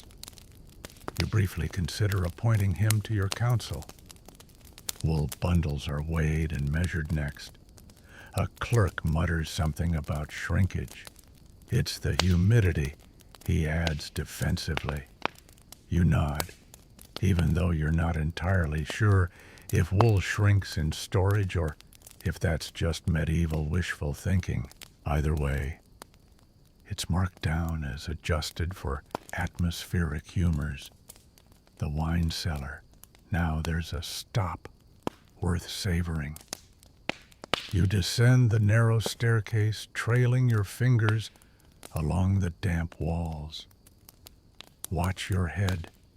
Someone warns just as you don't.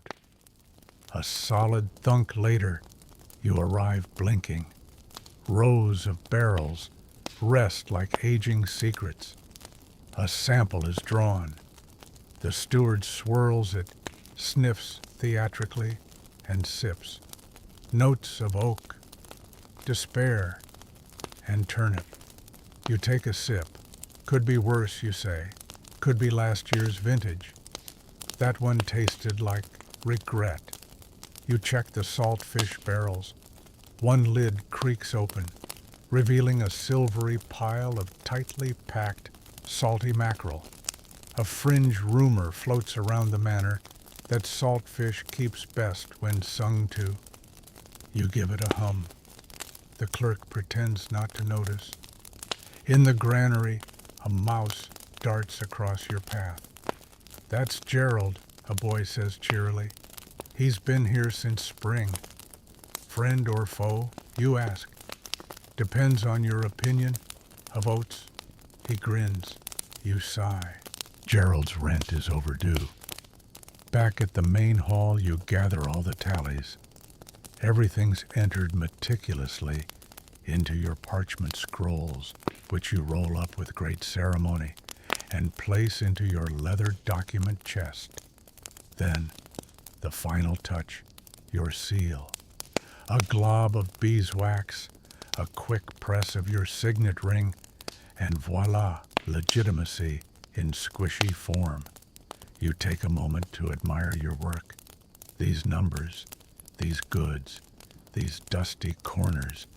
This is your empire, not built on conquests or crusades, but on knowing exactly how many turnips you have, where they're stored, and which cousin accidentally borrowed your best bucket.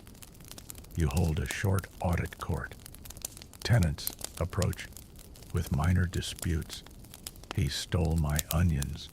"Her goose won't stop honking through mass." The cider press is haunted again. You mediate with grace sarcasm, and once a firm tap with your tally stick. Later, you walk through the storage barns as dusk settles in. The scent of grain and hay is oddly comforting. These aren't treasures in the traditional sense, but they're the reason your household runs. Gold may glitter, but it can't feed a village. Unless you melt it into spoons. But that seems inefficient. You recall one eccentric lord who insisted on counting everything himself. Took him a month, lost 3 pounds in a bet. You prefer delegation with a healthy dose of lurking supervision. The final ledger is complete. You sit back with your feet on a crate of dried beans, torchlight flickering off the parchment in your hands. Another tally season survived, and despite the mildew, the sneezing clerks, the ambitious mouse, and the haunted cider press, you feel oddly proud. This is wealth feudal style, not flashy, not heroic, but counted, stacked, and sealed in wax. You rise the next morning to the soft rumble of carts in the distance. Trade day. The manor's great courtyard is beginning to buzz like a beehive after someone poked it with a stick made of opportunity and damp wool. You peer out the window and spot the first merchants rolling in, one with salt, one with tin, and one whose cart smells so strongly of garlic it might count as a weapon. Feudal wealth wasn't just grown, it was traded, borrowed, bartered, and sometimes accidentally stolen. Today you put on your best, not quite washed tunic and prepare to talk shop. Because if you want to grow rich in this age, you need more than cows and coin. You need partners, preferably ones who aren't trying to shortchange you with moldy cheese. You step out into the morning sun and wave to Sir Reginald, a neighboring minor lord with a mustache so stiff it might be armored. "Swapping cider for flax today," you ask. "Cider and flattery," he replies, raising a brow. Both potent when properly aged. You're not sure if that was a threat, but you note it down mentally as Reginald's still weird. The courtyard is filled with noise, clattering hooves, shouts in 3 dialects, and someone singing off-key about sausages. You move from stall to stall, inspecting goods. Cloth from Flanders, glazed pottery from across the channel, even some strange dried fruit allegedly from the edge of the known world. Probably just fancy raisins. Still, you try one. Tastes like adventure and mild disappointment. You meet with your reeve near the granary doors, where the trade records are kept. Each exchange is logged carefully, cross-referenced against the manor's supply needs, and double-checked by a boy whose job is to catch lying eyes. Historians still debate whether such clerks were truly effective or just enjoyed the excuse to stare intensely at people's noses.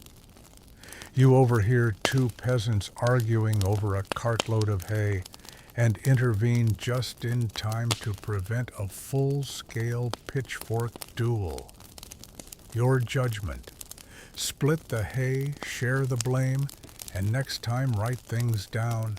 They grumble but obey. You suspect they'll become best friends again by sunset, or arch nemeses. With peasants, it's a 50-50 shot. One merchant catches your eye, a wiry man selling salt blocks and mysterious powders. You raise an eyebrow. What's that green stuff? He leans in and whispers, ground nettle, good for boils and boredom. You buy 2 pouches, not because you need nettle, but because boredom is a real threat. The wool merchants arrive next, looking smug as usual. You haggle over prices, trade a few barrels of cider, and toss in a piglet with an attitude problem. The merchants seem pleased. The piglet, less so. It squeals its way onto the cart, flailing like it knows it's being exported for attitude adjustment. A fringe economic practice you secretly enjoy, the symbolic barter. Every so often, a noble will gift something extremely valuable, a hunting falcon, say, in exchange for another gift of equal-ish value, like an ornate saddle or 15 geese in coordinated hats. These trades aren't about profit. They're about ego. You consider gifting your prized turnip sculpture to Reginald just to see what he does. Back in your hall, you host the final trade council. Merchants present their wares. Scribes jot down numbers. And you sip weak ale while mentally calculating how many sacks of rye equal one regrettable tapestry.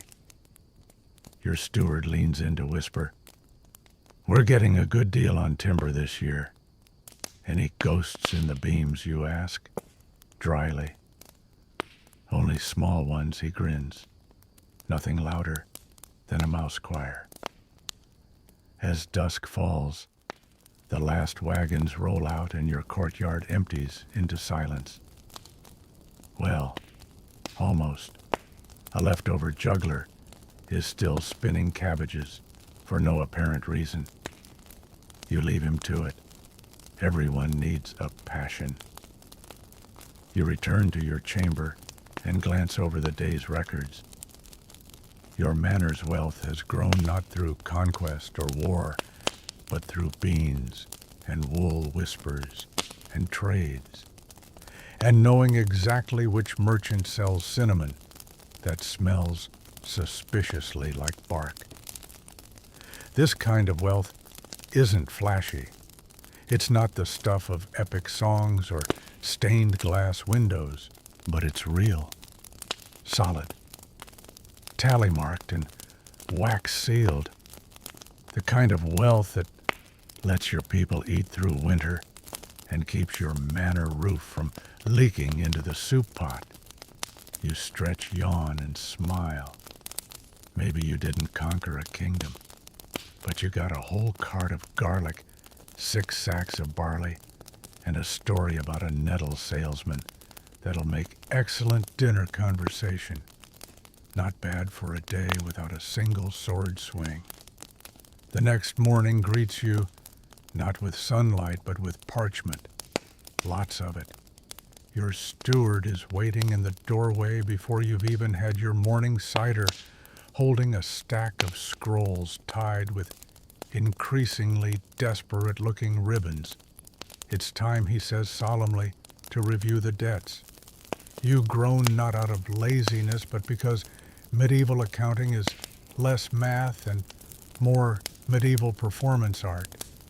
You gesture for him to follow you to the hall, where you settle into your not entirely comfortable lordly chair. The fire crackles. The steward unrolls the first scroll. You sigh. It begins. Let's talk about medieval debts, because feudal lords didn't just hoard coin and grain.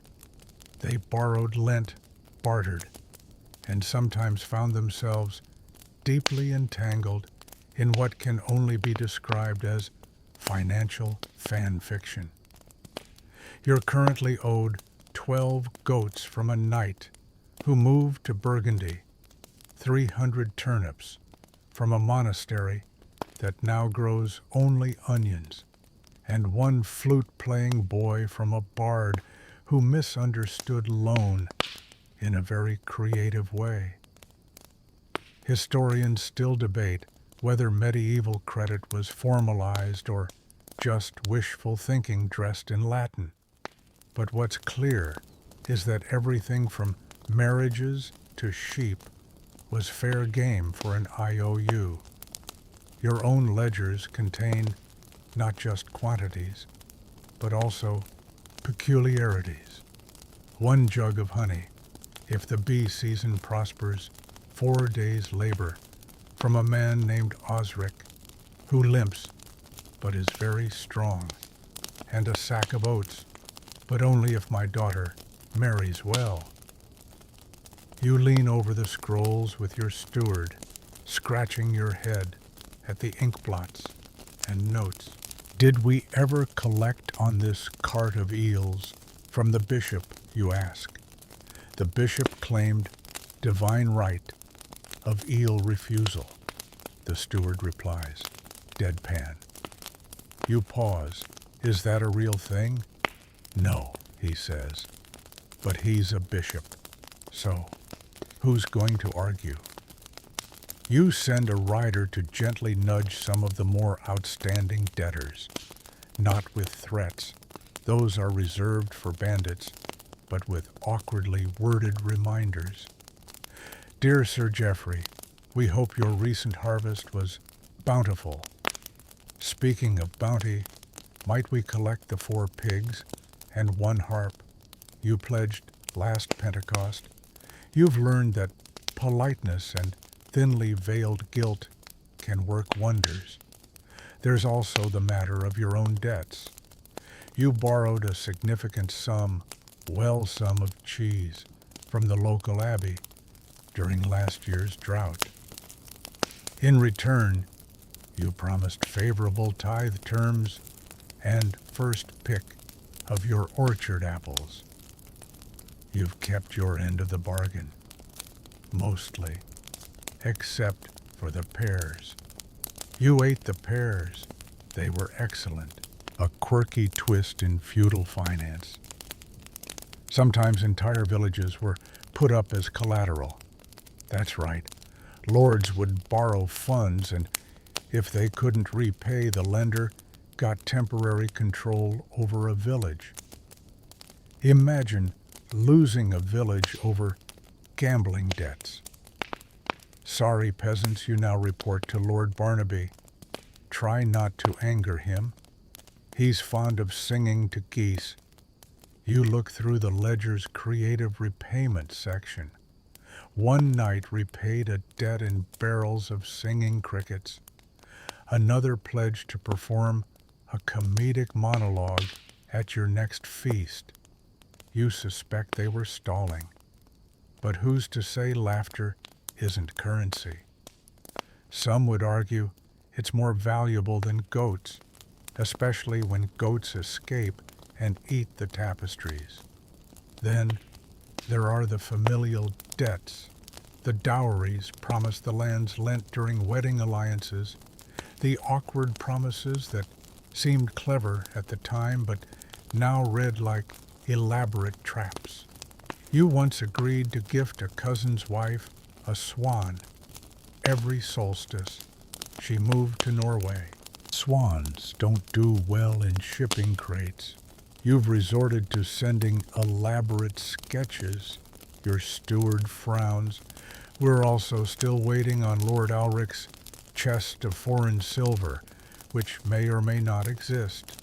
You raise an eyebrow. May or may not. He described it as invisible but real. Ah, an imaginary treasure chest. That old trick. You consider forgiving some debts. Not out of mercy, but strategy. A generous lord inspires loyalty. Plus, chasing a man for a decade-old promise of a spiced ham isn't the best use of your rider's time. You declare a jubilee of pork. All ham-related debts under 5 years old are hereby forgiven.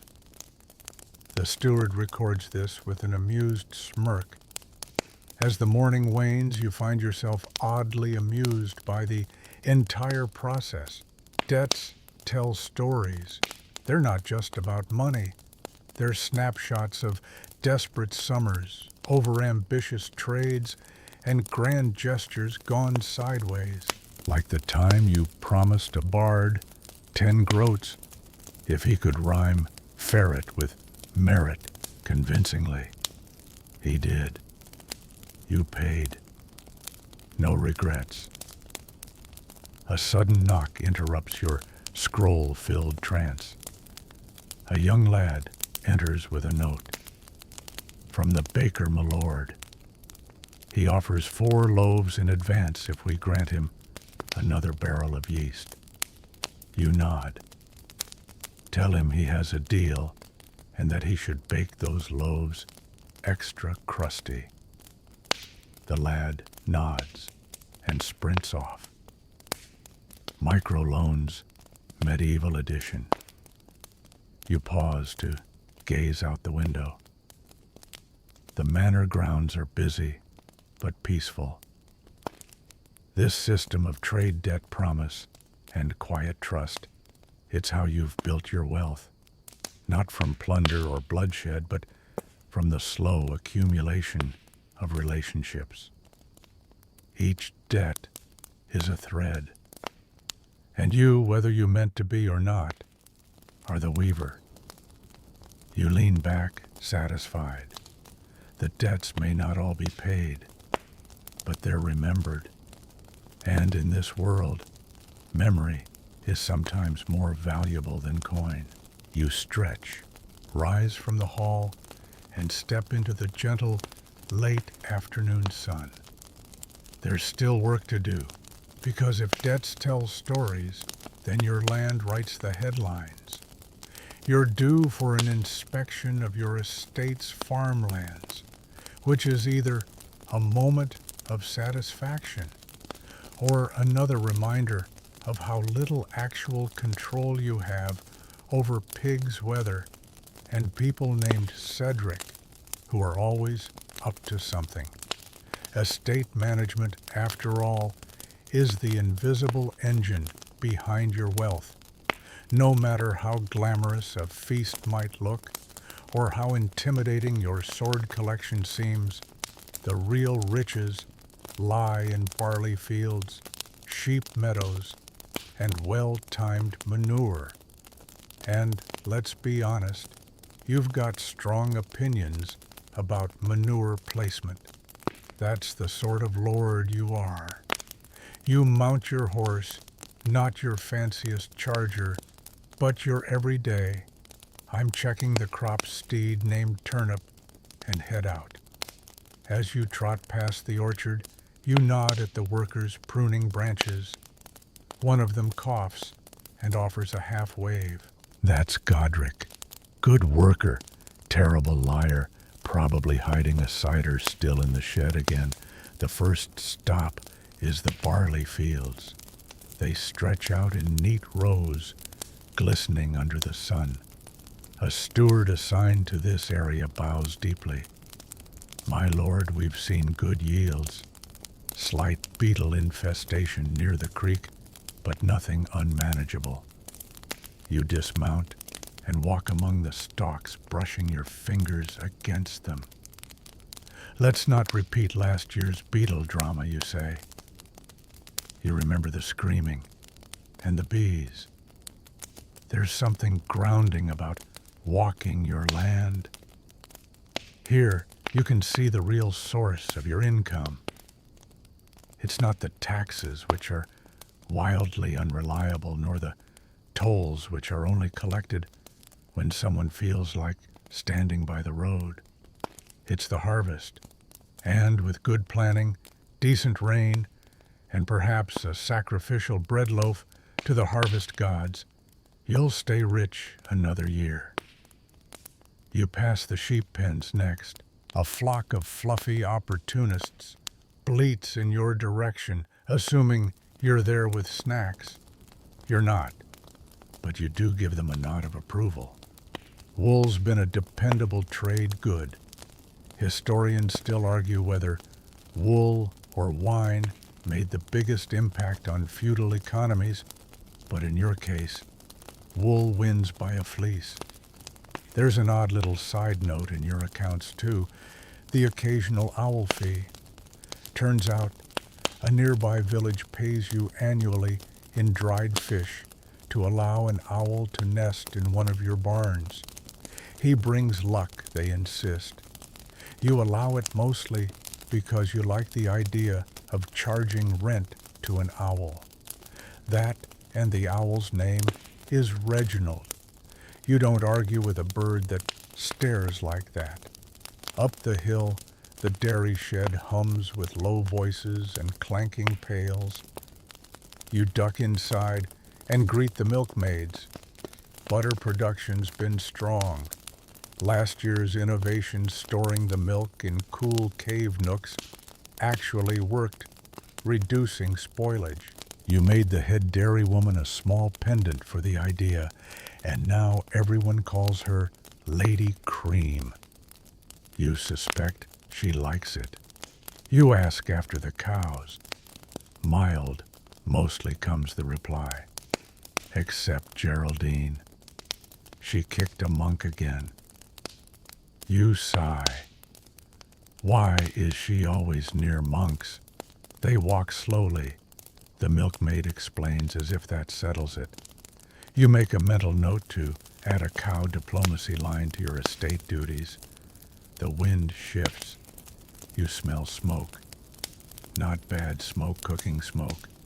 You follow your nose to a small tenant farm where an elderly couple is roasting something over a fire.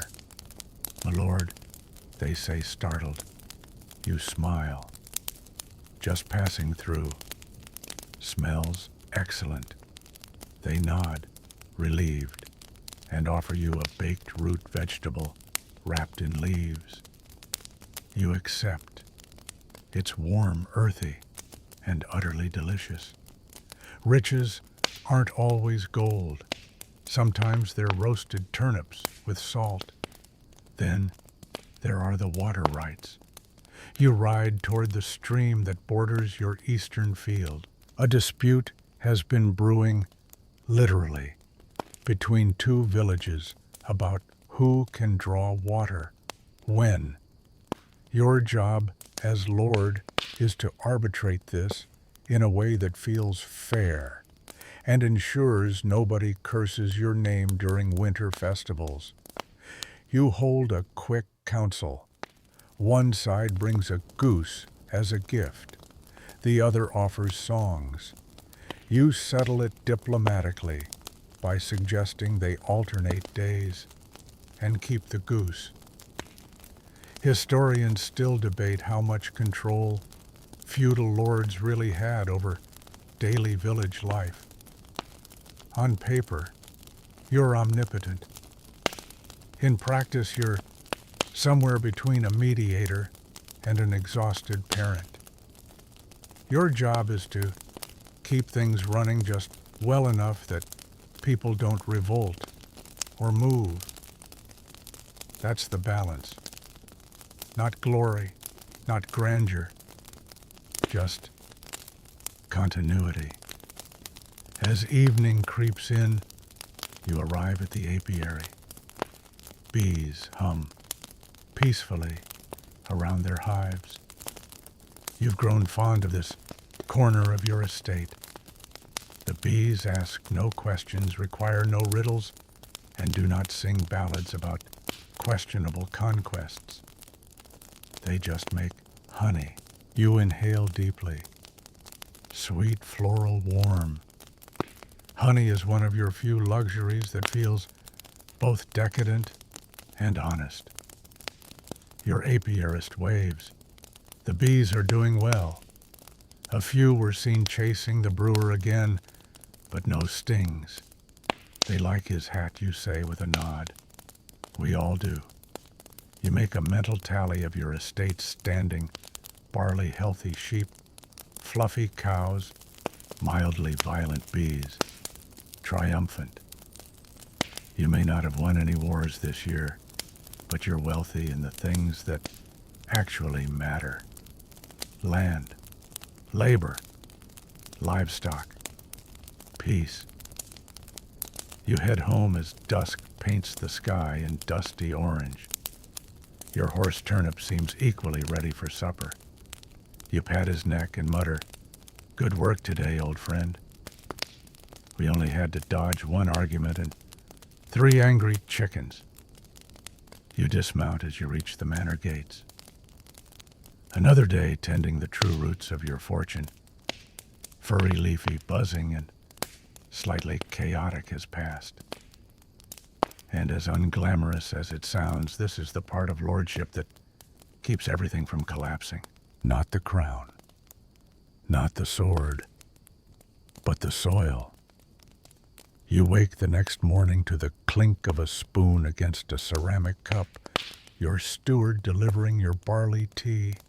It's bland, slightly gritty, and probably more symbolic than nutritional, but you drink it anyway.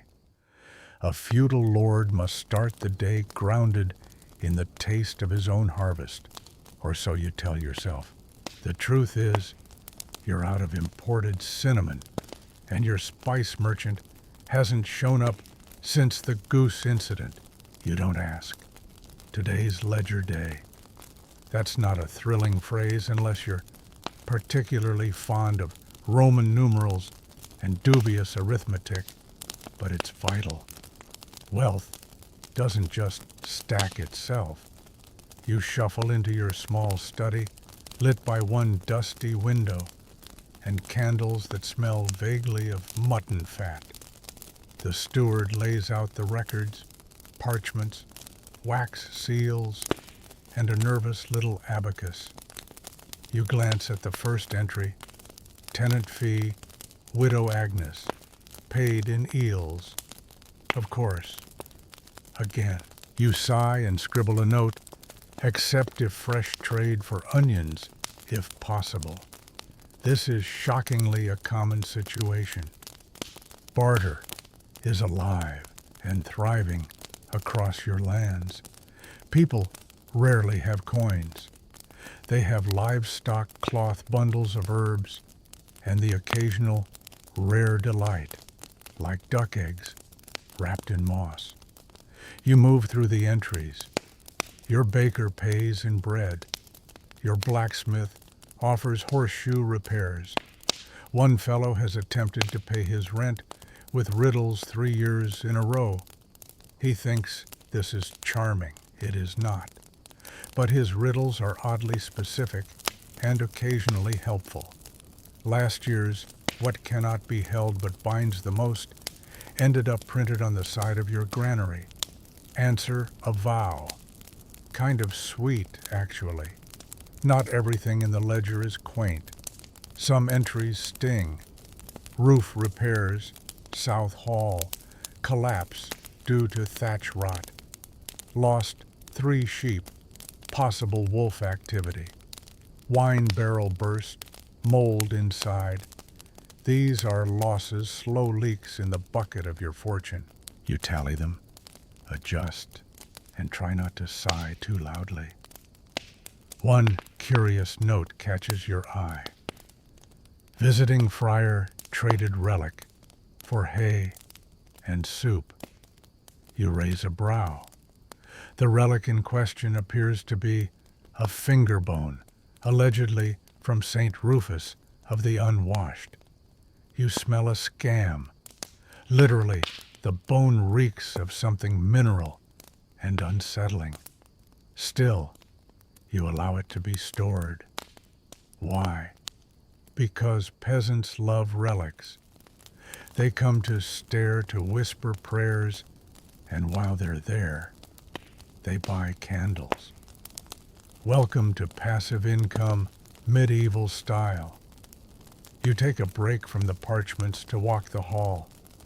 A minstrel hired last month is singing about a heroic cabbage. You make a note to reduce his pay slightly. Outside, your steward follows updating you on taxes. Collections from Hilltop Village are delayed, my lord, he mutters. Their headman insists the stream now runs backwards, and this must be interpreted as an omen. You blink. Of what? He didn't specify, my lord. Possibly taxes. You nod sagely. We'll send a wise woman to declare the stream spiritually neutral. That's your strategy. Now appease superstition with more elaborate superstition. It often works better than swords. A tax cart arrives around noon. A pair of oxen trudge in, hauling crates of turnips, honey, and 1 crate of frogs. You stare. The driver shrugs. They said they're for the moat. Keep the bugs down. You eye the frogs. One blinks at you like a sassy little tax accountant. Fine, you mutter. But label them this time. Historians still debate how much of a feudal lord's wealth came from actual coins versus stuff like this Rug's wheat, a goat named Buttercup, who just wandered into your courtyard and now refuses to leave. In truth, your wealth is less like a bank vault and more like a pile of very determined barter items stacked in a corner of a barn. You stop by the storehouse next. The steward walks you through inventory. 3 barrels of mead, 12 sacks of flour, 1 missing sack of flour. We suspect went to the miller's cousin. Is this the cousin who allegedly built a windmill out of spoons, you ask? Yes, my lord. It fell down. Tragic, you murmur. You inspect your ale stock. It's modest this season. Last year's surplus let you trade with a nearby castle for bricks. Now your southern tower leans slightly less. These quiet exchanges of goods between estates are the lifeblood of noble finance. No battles, no banners, just beer for bricks and honey for hinges. It's time for the monthly coin count. You sit in the solar with a tiny locked chest. When opened, it reveals 43 silver pieces, 29 copper bits, and 1 mystery token from a tavern you've never visited. You jingle them. It's not much, but it's yours. Real coin is precious and rare. Most of your subjects haven't held silver in years. Still, with these few coins and your mountain of frog crates, you're considered wealthy. You own land. People obey you. When your cloak billows in the wind, it billows with purpose. And yet, you also spend hours counting eggs and arguing over beet tax.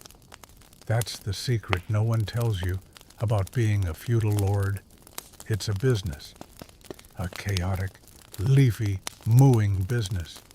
A fringe theory among some scholars suggests that the most successful lords were the ones who behaved more like merchants than knights. You believe it. Your best investments weren't swords, they were silos. As the sun dips low, you step outside, gazing over your manor's fields, livestock, and very confused frogs. The wealth of your world isn't in gold coins. It's in trust in labor, in knowing which sheep belong to whom and which herbs sell best at the next village fair. It's humble, it's uneven, and it's working. You settle into the creaky chair by your bedroom window, ledger closed, cloak folded, candle sputtering low. The day's reckoning is complete.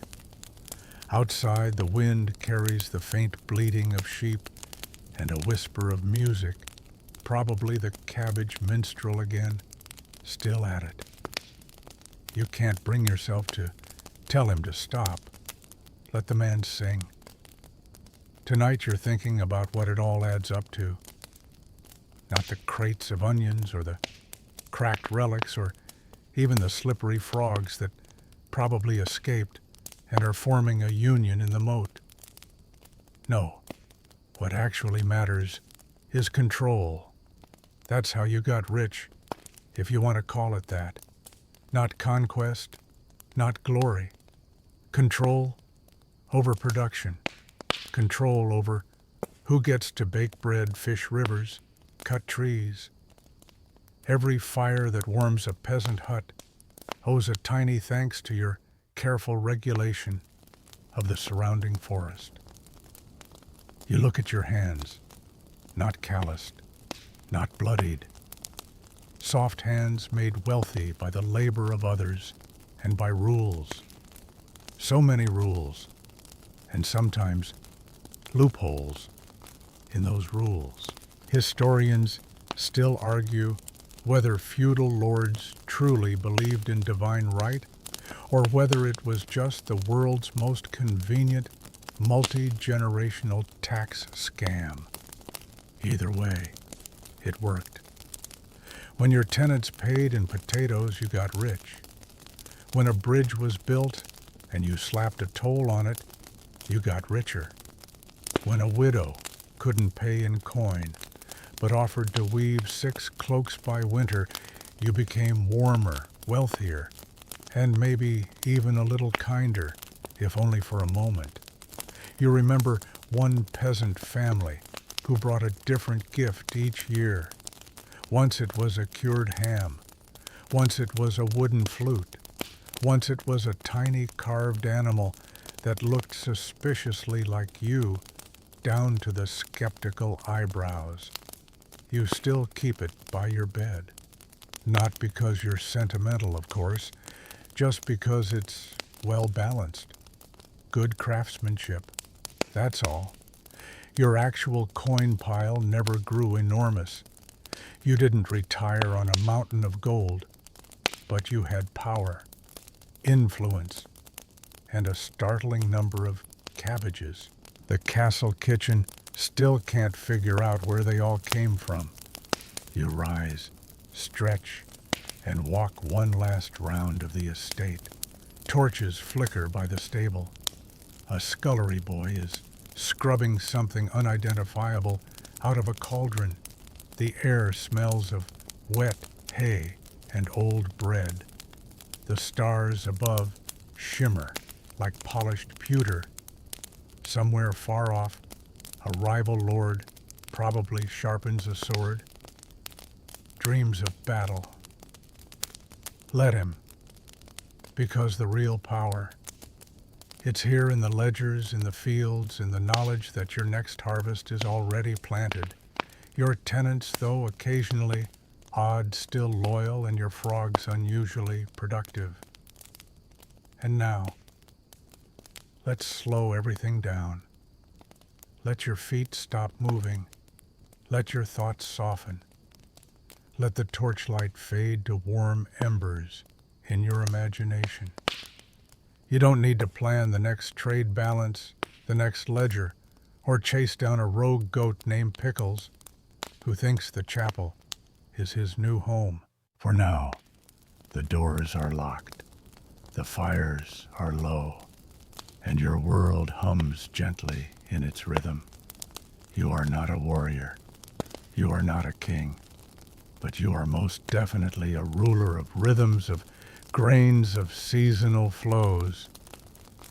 Let that hum cradle you, like wind in tall grass, like a song sung softly by someone you trust, like the quiet settling of a barn after sundown. Tomorrow the world may wobble again, but tonight everything is where it should be. You're home, you're full, you're at rest. And the frogs, they're probably watching the stars too.